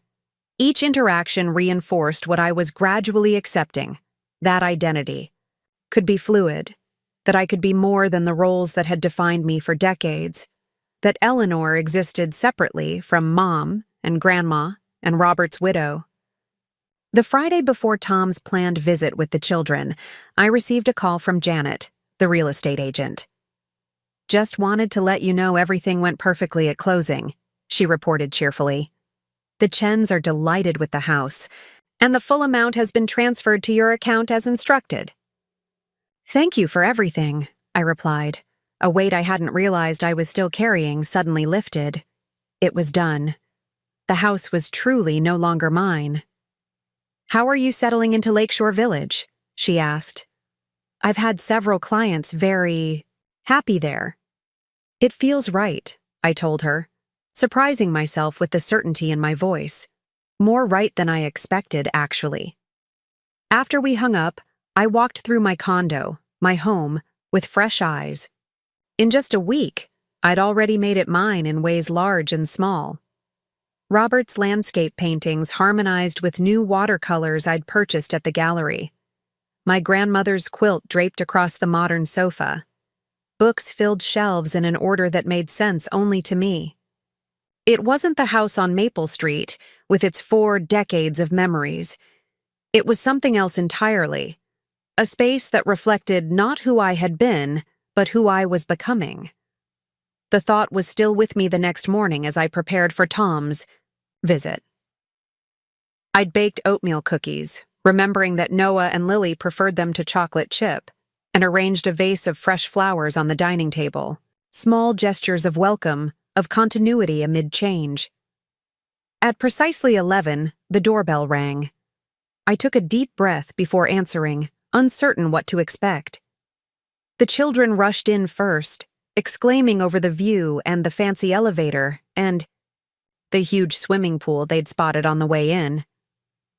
Tom and Becky followed more hesitantly, their expressions a mixture of curiosity and lingering discomfort. The awkwardness was palpable as I invited them in, offering cookies and showing the children around the small space. "It's really nice, Mom," Tom said finally, standing by the balcony doors. "Much nicer than I pictured." "What did you picture?" I couldn't help asking. He had the grace to look embarrassed. "I don't know. Something institutional, I guess. This it suits you." "Thank you," I replied, accepting the olive branch for what it was. "I'm happy here." Becky hovered near the kitchen, examining photographs I'd arranged on a side table. "You have new pictures," she observed. "I don't recognize these frames." "I bought them last week," I explained. A fresh start seemed to call for new frames, too. She nodded, not meeting my eyes. Makes sense. The visit proceeded with stilted conversation and careful politeness. But beneath the surface tension, I sensed a gradual thawing. Tom asked about the community garden. Becky complimented the view. The children, oblivious to adult undercurrents, begged to explore the grounds. "Can we go see the pool, Grandma? Please?" Lily tugged at my hand, her enthusiasm impossible to resist. "Of course," I agreed. "We can all go." As we walked the paths of Lakeshore Village, I found myself pointing out features with unexpected pride. The gazebo where morning yoga classes were held, the clubhouse where I'd joined the book club, the small dock where residents could launch. Kayaks. "You've learned a lot about this place in just a week," Tom observed as the children ran ahead to examine a fountain. "I've been exploring," I replied. "It's a friendly community, easy to feel at home." He was quiet for a moment. "I'm still angry, about how everything happened with the house." "I know. But I'm trying to understand." He kicked at a pebble on the path. "Becky and I have been talking a lot, about what you said that night, about how we made you feel." I waited, giving him space to continue. "We didn't see it," he admitted finally. "How much we were taking for granted. How much we were expecting from you without asking. I'm not saying we would have done anything differently with the house. We still needed a bigger place, and it made financial sense. But we could have approached it differently, respected your position more." It wasn't quite an apology, but it was an acknowledgement, which from my proud son was significant progress. "I appreciate you saying that," I told him. "And for what it's worth, I could have communicated better too, instead of going along with everything until I exploded." He almost smiled. "You did explode pretty spectacularly. I learned from the best. You had some legendary tantrums as a toddler." This time he did smile, a genuine one that reached his eyes. "So, I've been told." We walked in more comfortable silence for a while, watching the children explore their new surroundings with uninhibited curiosity. "By the way," Tom said eventually, "we found a house. Not as nice as yours, the old one I mean, but in the same school district. We close next month." "That's wonderful news," I said sincerely. "I'm glad it worked out so quickly." "Yeah. Well, real estate moves fast these days." He cleared his throat. "Anyway, once we're settled, maybe you could come for dinner sometimes, if you want to." The invitation, hesitant as it was, represented the first real step toward rebuilding our relationship. "I'd like that very much," I replied. When they left a few hours later, the children extracted promises that I would attend Lily's dance, recital, and Noah's soccer game the following weekend. Becky hugged me briefly, still awkward but making an effort. Tom lingered after they started toward the car. "Mom," he said quietly, "are you really okay here? Honestly?" The question seemed to come from the little boy who'd always worried about me when Robert traveled for work, who'd bring me dandelions and ask if I was lonely. Despite everything, that caring child still existed within the man before me. "I'm more than okay," I assured him. "I'm beginning to thrive." He nodded, accepting my answer even if he didn't fully understand it yet. "Good. That's good." As I watched them drive away, I felt a complex mixture of emotions. Relief that the visit had gone better than feared, sadness for the closeness we'd lost, hope that we might build something new from the ashes of resentment and misunderstanding. I was still standing on the walkway, lost in thought, when Marcus approached from the direction of the main entrance. "I saw a family leaving," he said, joining me. "Was that Tom and the children?" "Yes," I confirmed. "Their first visit. It went better than expected." "I'm glad to hear it." He studied my expression. "Are you all right?" "I am," I realized, the words feeling true and solid. "Actually, I'm just thinking about how much has changed in such a short time. A month ago, I was living in a basement, feeling invisible and taken for granted. And now? And now? He prompted gently. I gestured around us, at the community I was quickly coming to love, at the future spreading before me like an open road. Now I'm here, starting over at 68. Who would have thought it possible? I would have, Marcus said simply. You've always had more strength than you realized, Eleanor. All you needed was the chance to use it. As we walked back toward my condo, discussing plans for the afternoon, I reflected on his words. Strength. Yes, that's what I'd found in the midst of loss and change and difficult choices. Not the strength to endure silently, which I'd always had in abundance, but something different. The strength to assert my own worth, to claim my own space, to write my own story. The chapter of my life spent in the house on Maple Street had ended. The basement grandmother was gone. In her place stood a woman who was only beginning to discover who she might become. And for the first time in longer than I could remember, I was genuinely excited to find out. Spring melted into summer with a gentleness that matched my evolving life at Lakeshore Village. By late June, my small garden plot had begun to flourish, tomato plants stretching skyward, herbs releasing their fragrance in the morning sun, marigolds adding splashes of orange and gold along the borders. Each morning, I'd wake early to tend my growing things before the heat of the day set in. You've got quite the green thumb, Margaret observed one morning as she stopped by my plot. Those tomatoes look like they'll be ready soon. Another week, I think, I replied, brushing soil from my hands. I'm growing the same variety Robert and I always planted. Sweet millions. They produce all summer long. Sharing wisdom from the past while creating something new? Margaret nodded approvingly. That's the secret to a good third act, isn't it? A good third act. The theatrical metaphor appealed to me. My first act had been childhood through early adulthood, education, career beginnings, falling in love with Robert. The second act encompassed marriage, motherhood, creating a home, teaching generations of children. Now I was firmly in my third act, not an ending, but a different kind of beginning. My days developed a rhythm entirely of my own choosing. Mornings in the garden or walking with the lake group, afternoons reading or exploring the community's art studio where I'd begun experimenting with watercolors again. Evenings often spent with Marcus or new friends, dinner at the clubhouse, concerts in the pavilion, bridge games that grew increasingly competitive as my skills returned. The first harvested tomatoes from my garden became pasta sauce shared with Marcus on my balcony. The initial watercolor attempts became cards sent to Noah and Lily. The morning walks led to discoveries of hidden pathways and secluded benches, perfect for quiet reflection.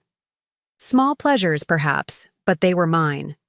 Chosen freely, enjoyed fully, untainted by obligation or resentment. My relationship with Tom and his family was evolving too, albeit more slowly. True to my promise, I attended Lily's dance recital and Noah's soccer match, sitting somewhat awkwardly with Tom and Becky among the other parents and grandparents. The children's delight at seeing me soothed much of the lingering tension. "Grandma, did you see my pirouette?" Lily had asked breathlessly after her performance, tutu slightly askew and glitter eyeshadow smudged. It was beautiful, I assured her, accepting her enthusiastic hug. You were the most graceful flower on stage. Noah, less effusive but equally pleased by my presence, had simply nudged my shoulder with his after his soccer game. Thanks for coming, he mumbled, the preteen. Coolness not quite hiding his smile. These moments, unforced, genuine connections with my grandchildren, reinforced that family bonds could survive even significant ruptures if given space to heal on their own terms. In late July, after much negotiation about timing and comfort levels, I accepted an invitation to dinner at Tom and Becky's new house. It was smaller than mine had been, with a layout that needed work, but they'd already begun making it their own. We're thinking of knocking out this wall, Tom explained, as he showed me around, to open up the kitchen to the dining area. That would bring in more natural light, I agreed, noting how the afternoon sun hit the western windows. It would make the space feel larger, too. That's what I keep telling Becky, he said, sounding pleased that I shared his vision. It's worth the investment. As we toured the house, I was struck by how carefully Tom pointed out features they planned to preserve. Original hardwood under the carpet, built-in bookshelves in the study, leaded glass in the front door. Was he making a point about respecting the home's character? A subtle acknowledgement of my feelings about the changes they'd made to my house? Perhaps. Or perhaps he was simply proud of their find and wanted my approval. Either way, I gave it, freely. It's a lovely home, Tom. I can see why you were drawn to it. Dinner was served on the patio, the children chattering about summer activities and the upcoming school year. Becky, who'd been quieter than usual during my visit, finally spoke up as she served dessert. I've been meaning to ask, she began, not quite meeting my eyes. If you'd be willing to watch the kids after school 2 days a week once the fall semester starts. I know it's a lot to ask, but my schedule at work has changed, and we're struggling to find consistent care. I noticed she phrased it as a request, not an assumption, a significant shift from before. Still, I felt a momentary trepidation. Was this the beginning of slipping back into old patterns, of being the ever-available grandmother whose time belonged to everyone but herself? Tom must have seen my hesitation. It's completely fine if you can't, he added quickly. We understand. You have your own life now. We've looked into after-school programs as a backup. I appreciate that, I said carefully. Let me think about which days might work with my schedule. I have watercolor classes on Wednesdays, and the garden club meets on Mondays. You take watercolor classes? Lily perked up immediately. Can I come sometime? And garden club sounds boring, Noah chimed in. But can I see your garden? Mom says you grow the best tomatoes. Their interest, genuine, enthusiastic, touched something deep within me. Here was a chance to share parts of my new life with them, to be a different kind of grandmother than I'd been before. I think that could be arranged, I smiled. Perhaps you could both visit my place one afternoon, and I could show you the garden and the art studio. Maybe you'd even like to try painting with me, Lily. Yes, please, she exclaimed, bouncing in her seat. By the time I left that evening, we'd agreed I would pick up the children on Tuesday and Thursday afternoons and bring them to my condo until Tom or Becky could collect them after work. Not out of obligation or assumption, but as a conscious choice, a gift freely given with clear boundaries that everyone understood. As Tom walked me to my car, he paused, hands in his pockets. Thanks, Mom, for considering it. I know things are different now. They are, I agreed. But different doesn't have to mean worse. Sometimes it can be better, healthier, for everyone. He nodded slowly. I'm starting to see that. On the drive back to Lakeshore Village, I reflected on how much had changed in the few months since I'd made my stand. Not just external circumstances, where we lived, what we owned, but the fundamental dynamics of our relationships. The broken patterns were being rebuilt in new configurations, with more respect and more honesty on all sides. The next morning, I met Marcus for our now regular coffee at the Clubhouse Cafe. As I recounted the dinner and the childcare arrangement, he listened thoughtfully. Are you sure about this? He asked when I'd finished. You fought so hard for your independence. I'd hate to see you slide back into being taken for granted. His concern warmed me, even as I shook my head. It's different this time. I'm choosing to spend time with my grandchildren on my terms. 2 specific afternoons, not whenever needed. And they're coming to my space, not me going to theirs. Fair enough, he conceded. I just worry about you. I know. I reached across the table to squeeze his hand. And I value that more than I can say. but I think I can be both independent Eleanor and involved Grandma. The key is choice and respect. He turned his hand to hold mine. You've changed so much since I first met you at the library. Do you realize that? You speak with such confidence now. Had I changed, or simply returned to who I'd been before life and circumstances had gradually diminished me? Perhaps both. The woman I was becoming incorporated elements of who I'd always been with newfound clarity about what I wanted and needed. Speaking of changes, Marcus said, a hint of nervousness entering his voice, I've been thinking about something I'd like to discuss with you. That sounds serious, I observed, noting how he straightened in his chair. Not serious exactly, but important. He took a deep breath. The lease on my apartment is ending next month, and I've been considering my options. One possibility, if you're open to it, would be for me to look at units here at Lakeshore Village. My heart gave a little jump. Here? You'd want to move? Here? The community suits me, he explained quickly. The book clubs, the walking paths, the cultural activities, and he hesitated, then continued more softly. If I'm honest, the main attraction is being closer to you, Eleanor. We hadn't put labels on our relationship, hadn't discussed the future in any concrete terms. At our age, with pasts that stretched, decades behind us, romance developed differently, more carefully perhaps, but also with less pretense and greater clarity about what mattered. I think that would be lovely, I said finally, surprising myself with how much I meant it. There's a unit available in Building D, just across the courtyard from mine. 1 bedroom, north-facing balcony. It might suit you. His face brightened. You've noticed available units? I might have made some inquiries, I admitted, feeling a blush rise to my cheeks. Just out of curiosity, of course. Of course, he agreed, his eyes crinkling with amusement. Should we speak with Diane about viewing it this afternoon? The ease with which we made this tentative plan to merge our futures, not completely, not recklessly, but meaningfully nonetheless, felt both terrifying and right.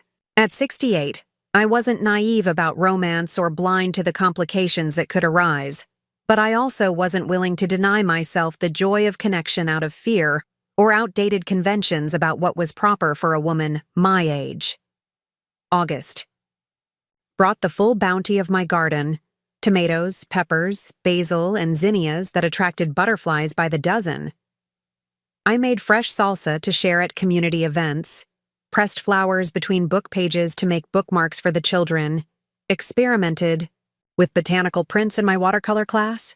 It also brought Marcus's move to Lakeshore Village, a process I observed with growing delight as he settled into the unit across the courtyard. We maintained our separate spaces, neither of us ready to completely entangle our lives, but proximity added a new dimension to our relationship. Morning coffee on his balcony, evening walks without needing to drive to meet each other, the casual intimacy of dropping by with extra tomatoes or a book to share. When the children began visiting on Tuesday and Thursday afternoons, they quickly incorporated Marcus into their routine. Noah discovered Marcus's collection of nature photography books and spent hours poring over images of national parks. Lily was fascinated by his knowledge of birds, demanding identification of every feathered visitor to the balcony feeders. "Is Mr. Marcus your boyfriend?" Lily asked one afternoon as we worked on watercolor techniques in the community art studio. The question, delivered with a child's directness, caught me off guard. "He's a very special friend," I replied carefully. She considered this, brush poised over her paper. "Like how Jake is Noah's special friend who comes over for sleepovers." Something like that, I agreed, wondering what Tom and Becky would make of the comparison. When you get older, friendship can be complicated in wonderful ways. "I think it's nice," she declared, returning to her painting. "You smile more when he's around." Out of the mouths of babes, as the saying goes, She was right, of course. Marcus brought joy to my days, a shared understanding that required no explanation, a companionship that supported rather than diminished my sense of self. In late August, Helen invited me to join her and several other retired teachers for lunch. It had been months since I'd seen most of them, our connections having gradually faded after I'd left teaching and then diminished further during my months in the basement. "Eleanor," Grace Peterson exclaimed when I entered the restaurant, "you look marvelous. Retirement clearly agrees with you." If only she knew the full story, I thought as I greeted each woman with hugs and exclamations of how long it had been. I'd chosen not to share the details of my situation with anyone outside my immediate circle, preferring to focus on the present rather than dwelling on past difficulties. "So, tell us everything," Gene Simmons insisted once we'd ordered. "We hear, you've moved to Lakeshore Village. How are you liking it?" As I described my new home and activities, I was struck by how animated I felt, how easily the words flowed. These women had known me at the height of my teaching career, when I'd been confident and purposeful in the classroom. Their presence seemed to reconnect me to that version of myself, reminding me of capabilities I'd temporarily forgotten. "And is there a special someone in the picture?" Grace asked with the sly directness that had made her such an effective kindergarten teacher. Helen mentioned a gentleman friend. I shot Helen a mock accusatory glance. "His name is Marcus," I admitted. "He owns the bookstore near the library where I used to buy supplies. We reconnected a few months ago, and he's recently moved to Lakeshore Village as well." The table erupted in delighted exclamations and demands for more details. Their genuine pleasure in my happiness, free from judgment about the propriety of romance at our age, touched me deeply. "Good for you," Jean said, raising her glass in a small toast. "Life's too short to worry about what others think." "Speaking of what others think," Helen interjected, "how are things with Tom and Becky? Last I heard, they weren't thrilled about your move." I sighed, considering how to answer. "We're working on it," I said finally. "It's been challenging, but we're finding new ways to be family. The grandchildren visit me regularly now, and we're gradually rebuilding trust." "Family dynamics are always complicated," Grace noted wisely, "especially when roles shift unexpectedly. But children, even adult children, are remarkably adaptable when given the chance." Her words stayed with me long after lunch ended. Adaptability. Wasn't that what I'd been discovering in myself these past months? The capacity to change, to grow, to become something different than what circumstances and expectations had shaped me to be. That capacity was tested the following week when Tom called with an unexpected request. "Mom, I hate to ask this," he began, his voice strained, "but Becky's mother fell and broke her hip yesterday.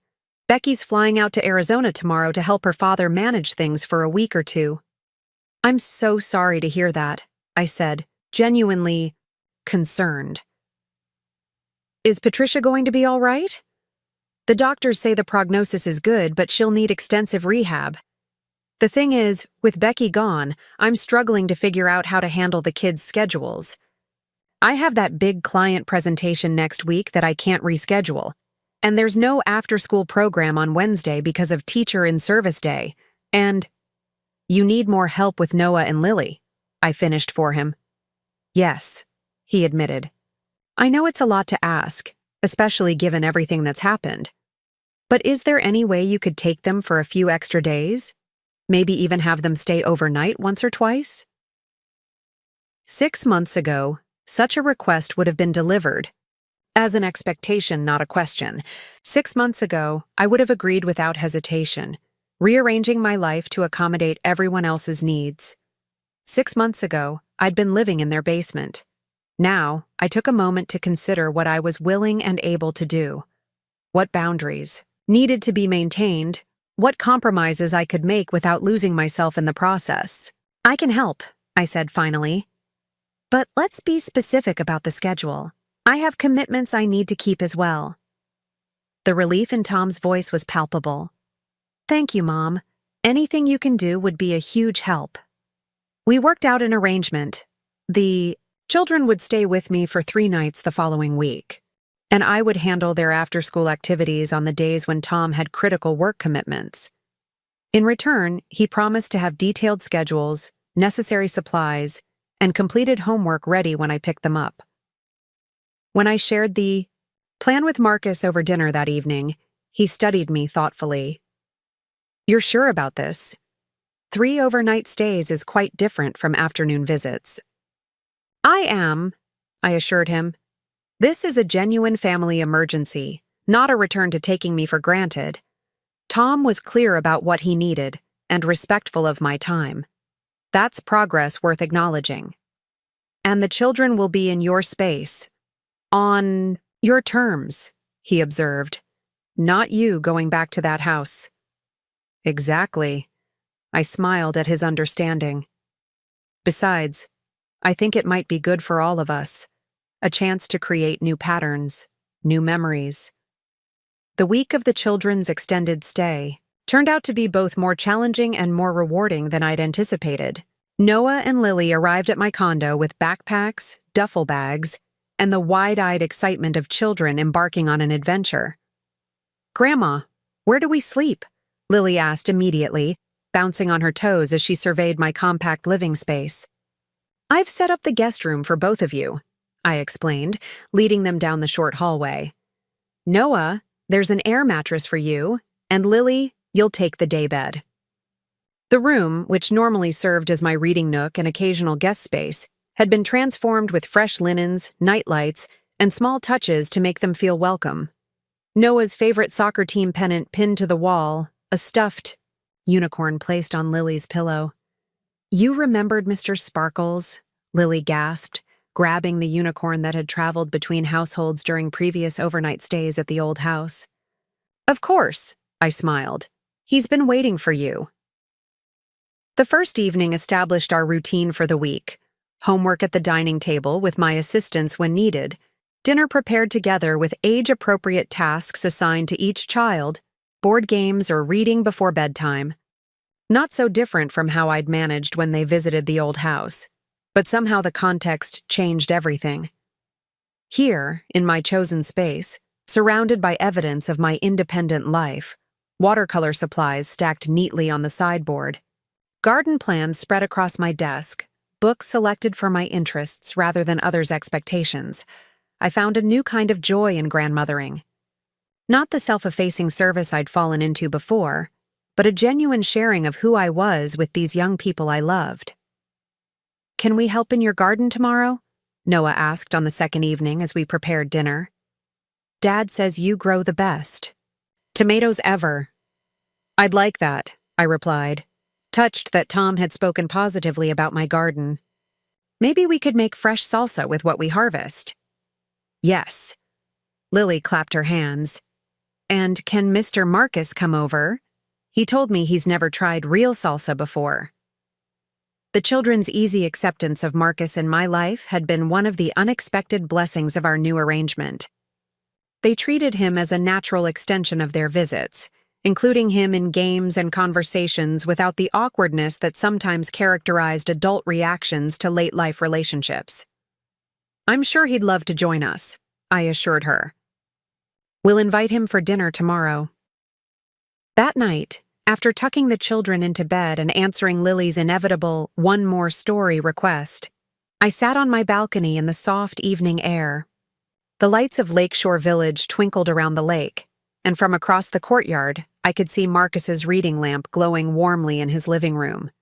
A text message lit up my phone. "How's it going with the grandkids? Need reinforcements?" I smiled at his consideration. "All quiet on the Western Front," I typed back. "They've requested your presence for salsa making tomorrow evening if you're free." "Wouldn't miss it," came his immediate reply. "Sweet dreams, Eleanor."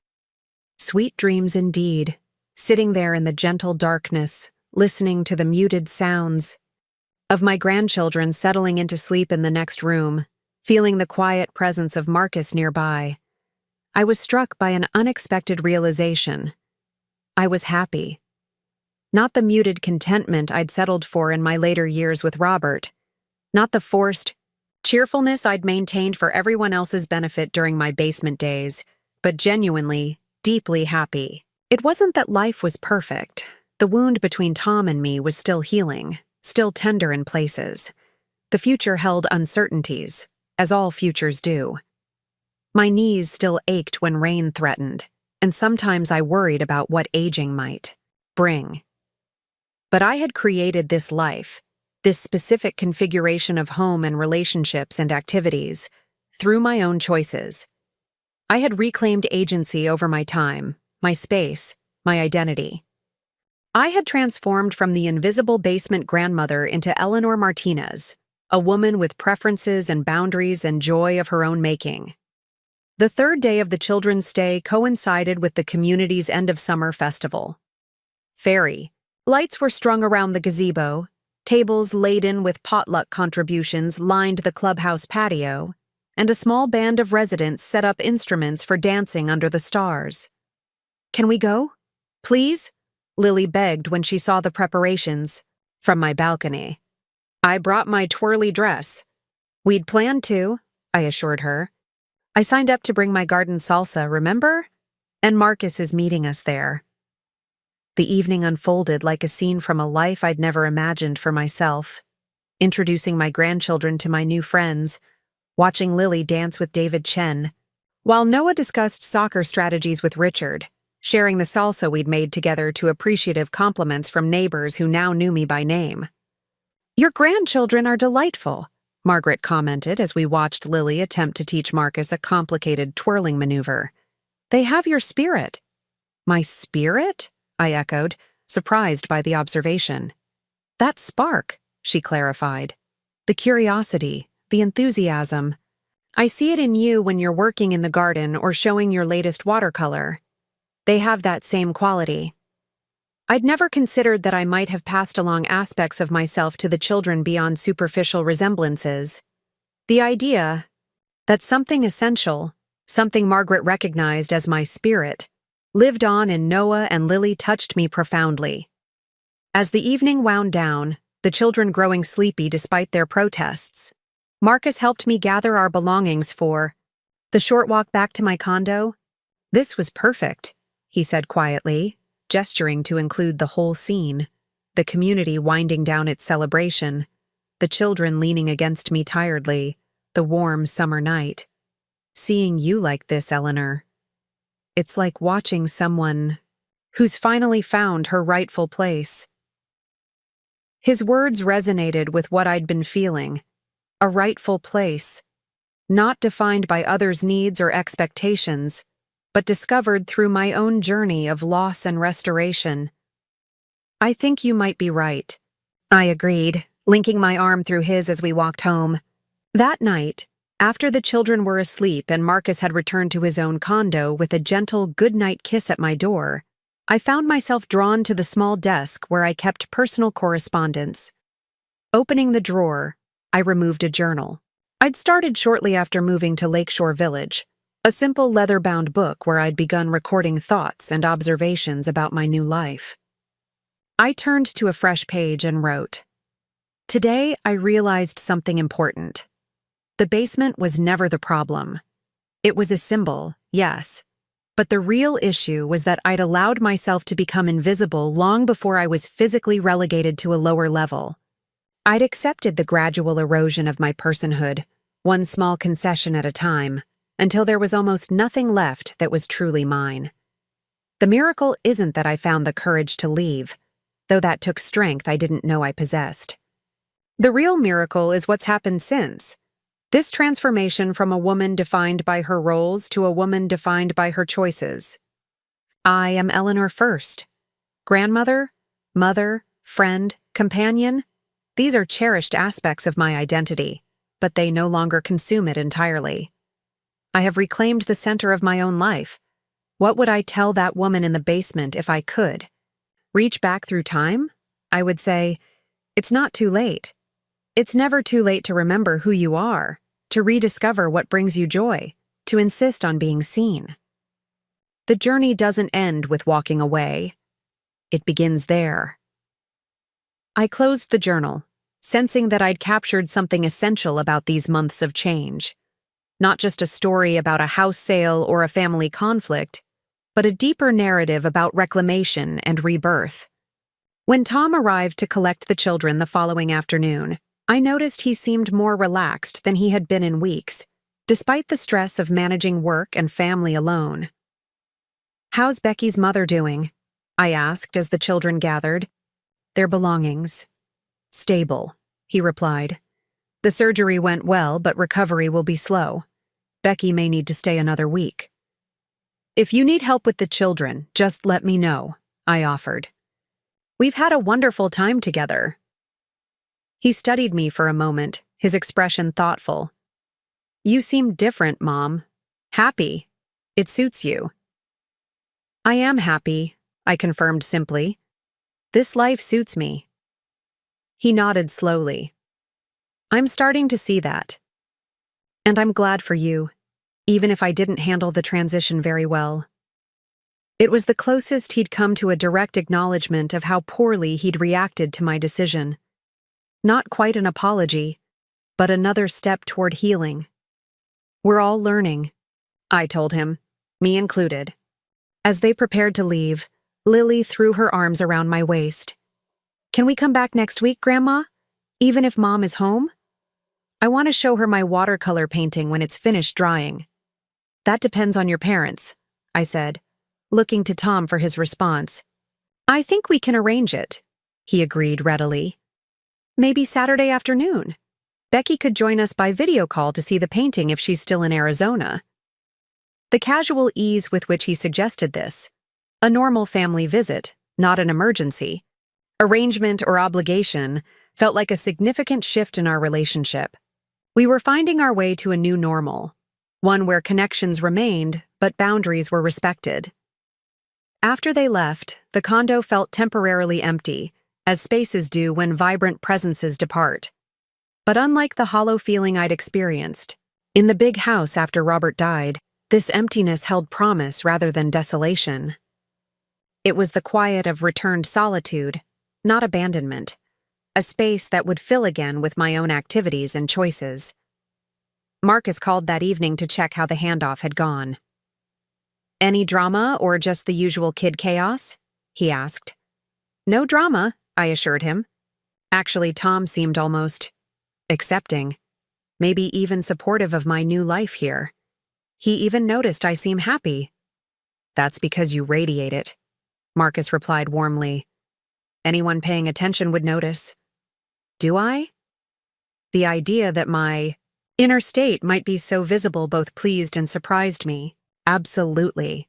You're a different woman than the one I met at the library that day. Or rather, you're more fully yourself, the self that was always there but had been muted somehow." His perception matched my own feelings so closely that it took my breath away. "That's exactly it," I said softly. "I feel more like myself than I have in years." "That," he declared, "is the definition of a successful transformation." Transformation. The word echoed in my mind long after we ended the call. Not just a change of address or circumstances, but a fundamental shift in how I experienced myself and my place in the world. The basement grandmother was gone. In her place stood Eleanor Martinez, artist, gardener, friend, lover, grandmother on her own terms, a woman who had found the courage to reclaim her life when most people thought she should be quietly fading into the background. And the most remarkable part? This transformation wasn't ending. It was only just beginning.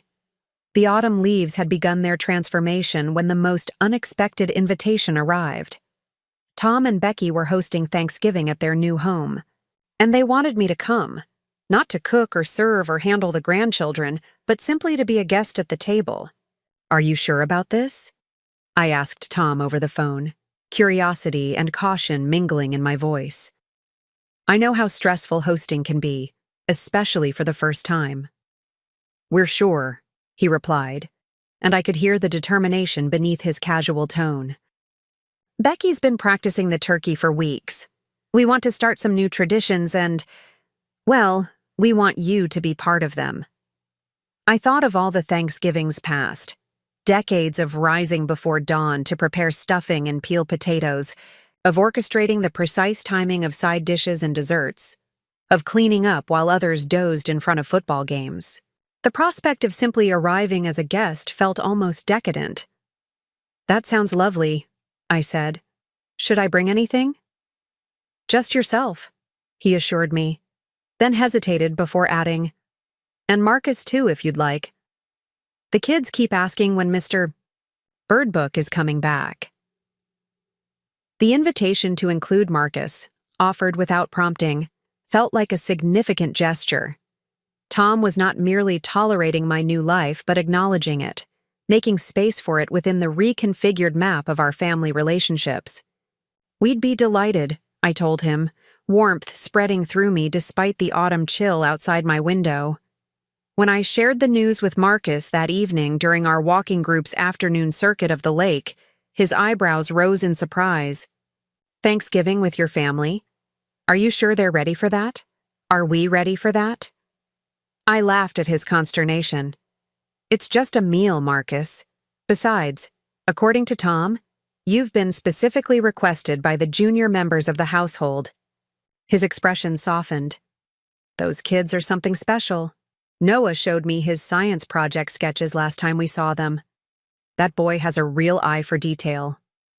"He gets that from his grandfather," I said, the mention of Robert no longer bringing the sharp pang it once had. Robert could spend hours documenting the growth patterns in our garden, measuring, sketching, recording every detail. "I wish I could have known him," Marcus said quietly. "He sounds like a remarkable man." "He was," I agreed, feeling the gentle truth of it. "And he would have liked you, I think. You both share that same curiosity about the world, that appreciation for small wonders." We walked in comfortable silence for a while, our breath visible in the cooling air. Around us, Lakeshore Village. Prepared for the seasonal shift. Gardeners clearing summer plots, maintenance workers checking heating systems, residents swapping lightweight jackets for heavier coats. "I never expected this," I admitted as we completed our circuit. "Any of it, really. Moving here, meeting you, finding a new relationship with my family that actually feels healthier." "Life seldom follows the expected path," Marcus observed, taking my hand as we headed toward the clubhouse for the evening's book discussion. "That's what makes it interesting." The weeks leading up to Thanksgiving brought a flurry of activity at Lakeshore Village. The community garden was put to bed for winter, with a final harvest celebration where residents shared the last of their produce. My tomato plants, which had been extraordinarily productive, yielded enough for one final batch of sauce that I froze in small containers. Winter sunshine, as Marcus called it. The watercolor class mounted a modest exhibition in the clubhouse gallery, and to my astonishment, 3 of my pieces were selected for display. Nothing fancy, studies of lake reflections, garden flowers, the changing trees, but seeing them, framed and hung in public view, stirred something profound in me. "You're good, Eleanor," my instructor commented during the opening reception. "You have a natural eye for composition and color. Have you considered entering the regional senior arts showcase in the spring?" The suggestion that my work might have value beyond personal enjoyment was startling. All those years ago, in college, professors had noted my artistic promise before marriage, and motherhood had redirected my path. Now, in my 7th decade, could that dormant talent truly be nurtured again? "I'll think about it," I promised, the possibility unfurling like a new leaf in my mind. Margaret, who had become a close friend over the months, nudged my arm as the instructor moved on to the next artist. "You absolutely should enter," she insisted. "Your work has that quality people respond to. Emotional honesty, I think. You don't try to make things prettier than they are, but you find the beauty in their truth." Her words stayed with me, resonating with what I'd been learning about life in general. There was beauty in truth, in seeing things as they actually were, rather than as we wished them to be or thought they should be. My family wasn't perfect. My new relationship had complications. My advancing age brought limitations. But within these truths lay genuine joy, connection, and possibility. On Thanksgiving morning, I woke early out of habit, momentarily disoriented by the absence of kitchen duties awaiting me. The day stretched ahead, open and unstructured until our late afternoon gathering at Tom and Becky's.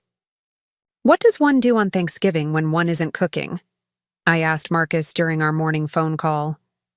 "Whatever one pleases," he replied, the smile evident in his voice. "Read a book, take a walk, paint, nap. The possibilities are endless when you're not elbow deep in stuffing." I chose all of those options, savoring the luxury of unobligated time. A long walk by the lake in the crisp morning air. An hour with the novel my book club was discussing next week. A small watercolor sketch of the view from my balcony, capturing the particular quality of November light on the water. And yes, even a short nap in my reading chair, something I'd rarely indulged in before. When Marcus arrived to drive us to Tom's house, he carried a bouquet of autumnal flowers and a bottle of wine. "For our hosts," he explained. I wasn't sure what was appropriate, so I hedged my bets. "They're perfect," I assured him, noting how handsome he looked in his russet sweater and tweed jacket. At 65, he carried himself with the comfortable dignity of a man at ease in his own skin, his silver hair and laugh lines speaking of a life fully experienced. The drive to Tom and Becky's new home took us past my old neighborhood. As we approached the familiar streets, I felt a momentary tightness in my chest. Not regret, precisely, but acknowledgement of all that had changed in the space of a year. "Would you like to drive past the old house?" Marcus asked, ever perceptive to my moods. I considered it briefly, then shook my head. "No need. That chapter's closed now." Tom and Becky's home glowed with welcome as we pulled into the driveway, windows bright against the early twilight, the garage door open to accommodate the multiple vehicles already arrived. Before we could even retrieve our contributions from the back seat, the front door flew open and Lily raced out, her holiday dress fluttering beneath an unbuttoned coat. "Grandma! Mr. Marcus! You're here!" she called, launching herself at me with unrestrained enthusiasm. "Mom let me help make the pies, and I only dropped one piece of crust on the floor, and Bruno ate it, but don't tell anyone. Your secret is safe with us," Marcus assured her gravely while I hugged her close, breathing in the scent of cinnamon and cranberry that clung to her hair. Noah appeared more sedately in the doorway, trying to maintain his newly adopted air of preteen sophistication, but his smile betrayed his pleasure at our arrival. "Hey, Grandma. Hey, Mr. Marcus. Dad says to tell you dinner's almost ready and not to fill up on appetizers because Becky made, enough food for an army." The house, when we entered, hummed with the controlled chaos of family gathering. Delicious. Aromas wafting from the kitchen, football commentary emanating from the living room television, Becky's parents chatting with neighbors I recognized from the old neighborhood. Becky emerged from the kitchen, cheeks flushed and an apron protecting her holiday outfit, looking simultaneously stressed and triumphant. "Eleanor! Marcus! Welcome!" She greeted us, accepting the flowers with genuine appreciation. "These are gorgeous. They'll look perfect on the table." The warmth of her welcome, so different from the strained politeness of our early interactions after my move, suggested that healing had continued in my absence. Tom appeared behind her, casually elegant in a button-down shirt and slacks, looking more relaxed in his own home than he ever had in mine. "You made it," he said, embracing me briefly before shaking Marcus's hand. "Come in. Get comfortable. We've finally figured out the thermostat in this place, so it should be bearable in the living room now." As we moved through the house, I noted all the small ways they'd made it their own in just a few months.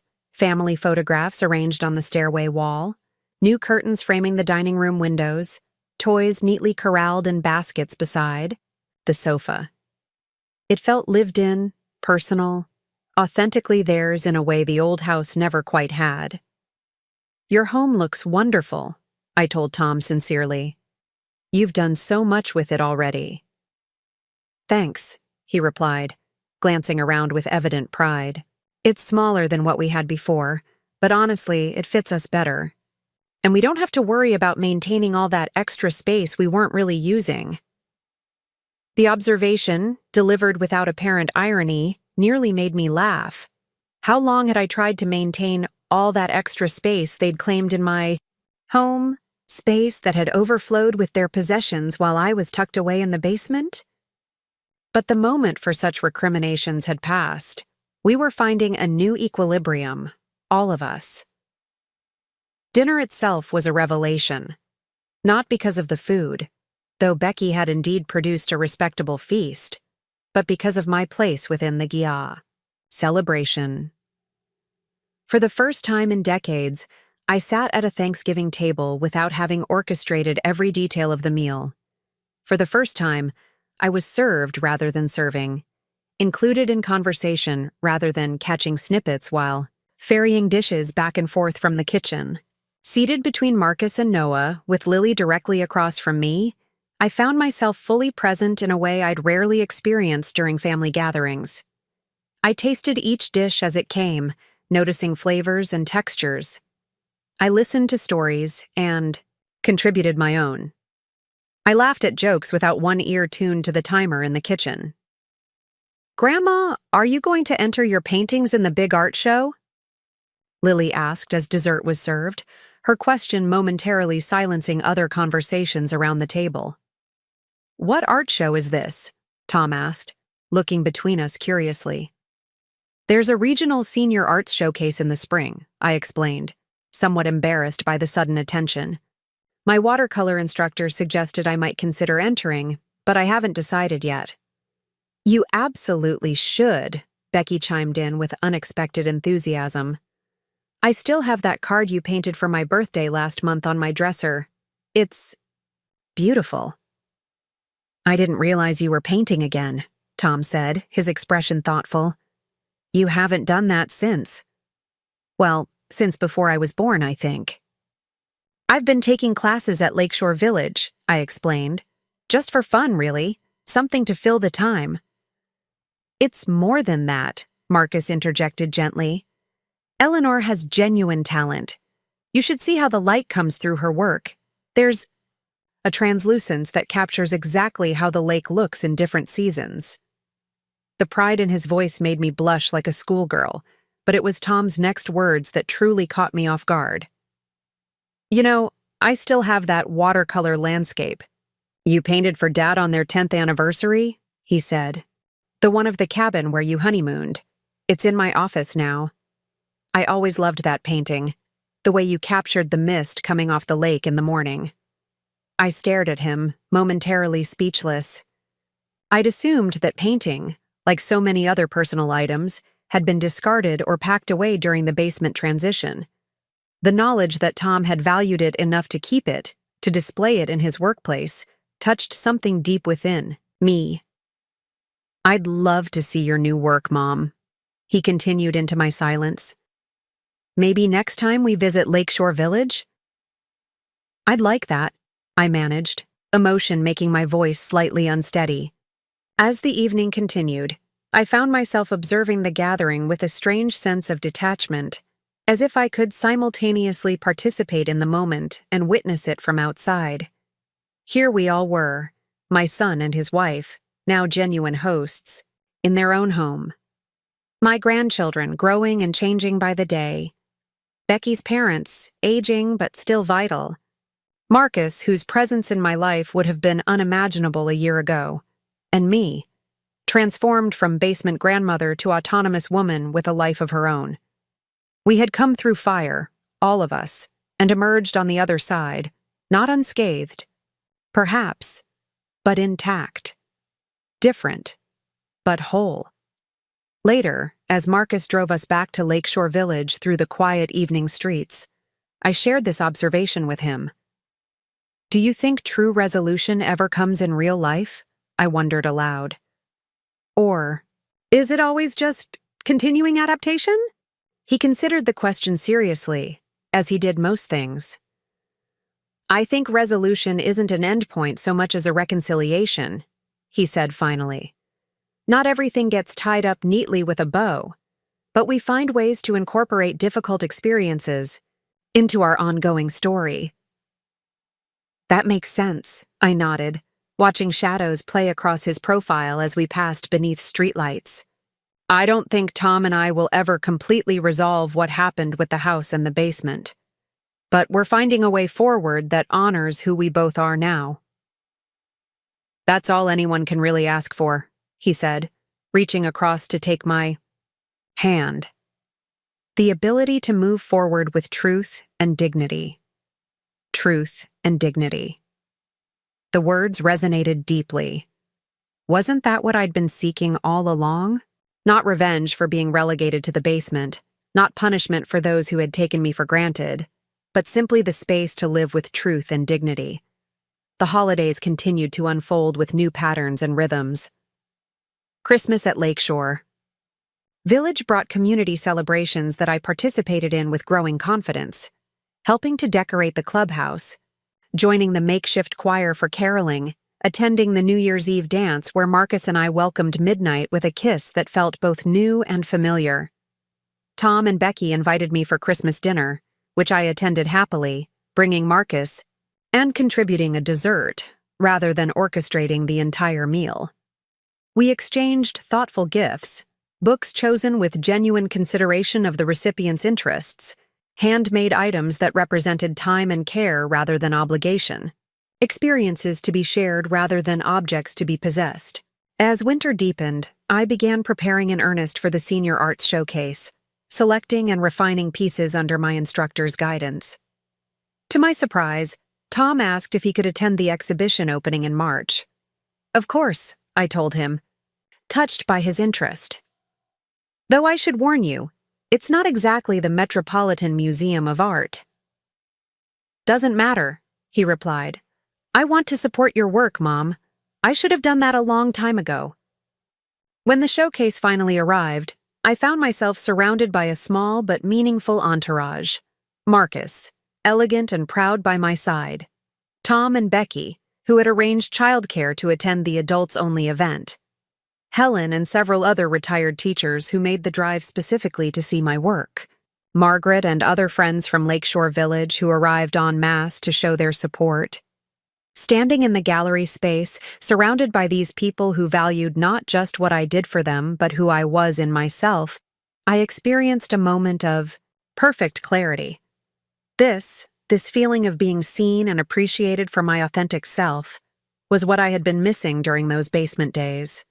Not merely physical space or independence, but recognition of my personhood. Your Lake series is getting a lot of attention, Marcus murmured, returning from a circuit of the room. The curator mentioned that a restaurant owner is interested in purchasing several pieces for their dining room. The idea that someone might want to pay for my art, might find value in these expressions of my vision, was still difficult to fathom. Yet as the evening progressed, it became clear that Marcus wasn't exaggerating. 2 of my paintings sold before the night was over, small red dots appearing beside their placards like badges of validation. I'm proud of you, Mom, Tom said quietly as the event wound down, the 2 of us standing before my watercolor of dawn, breaking over the lake. For this, yes, but for everything else too. For having the courage to make a change when most people would have just settled. Thank you, I replied, hearing the genuine admiration in his voice. That means more than you know. As spring blossomed fully around Lakeshore Village, bringing with it the first anniversary of my move, I found myself reflecting often on the journey that had brought me here. The basement episode, which had once loomed so large in my consciousness, had receded into proper perspective, a painful but ultimately catalytic chapter in a much larger story. Marcus and I had settled into a comfortable rhythm, maintaining our separate condos but sharing much of our daily lives. We traveled occasionally, weekend trips to art galleries in nearby cities, a longer excursion to the coast where we walked beaches and collected shells like children. We discussed the future in pragmatic terms, healthcare directives, financial arrangements, the practical considerations of aging, but also with an openness to continued growth and discovery. My relationship with Tom and his family had found a new equilibrium as well. I visited their home regularly but briefly, on my own schedule. They came to Lakeshore Village for Sunday brunches and special occasions. The grandchildren spent one weekend a month with me, an arrangement that allowed for genuine connection without exhaustion on either side. Most significantly, I continued to paint, my work evolving as I experimented with techniques and subjects. The lake remained my primary muse, its changing moods and seasons offering endless inspiration, but I ventured into other themes as well: botanical studies, architectural details from around the village, occasionally even portraits of fellow residents. One evening in late April, as Marcus and I shared dinner on my balcony, watching the sunset paint the lake in shades of gold and rose, he posed an unexpected question. "Do you ever regret it? Selling the house, I mean. Starting over at our age." I considered carefully before answering, knowing he deserved my complete honesty. "No," I said finally. "I miss certain things about the old house, the cherry tree Robert and I planted, the marks on the kitchen doorframe where we measured Tom's height each year, the particular way light came through the front windows in the afternoon. But those are memories, not regrets." He nodded, understanding the distinction. "And the fresh start? Was it worth the upheaval?" "Absolutely," I replied without hesitation. Moving to the basement was painful, yes, but it forced me to confront how much I'd allowed myself to be diminished over the years.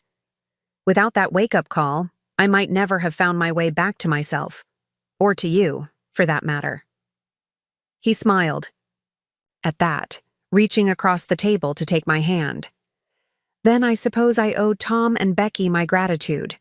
Their thoughtlessness led you straight to me." "Life does have its strange compensations," I agreed, returning his smile. As darkness settled fully around us, the first stars appearing in the deepening blue above, I felt a profound sense of rightness, with my choices, with my current circumstances, with the woman I had become through this unexpected journey. The basement grandmother was gone forever, replaced by someone stronger and more complete. Eleanor Martinez, artist and author of her own life, had emerged from those underground days into full, glorious sunlight, proving that it's never too late to step out of the shadows and claim your place in the world. Up next, you've got 2 more standout stories right on your screen. If this one hit the mark, you won't want to pass these up. Just click and check them out.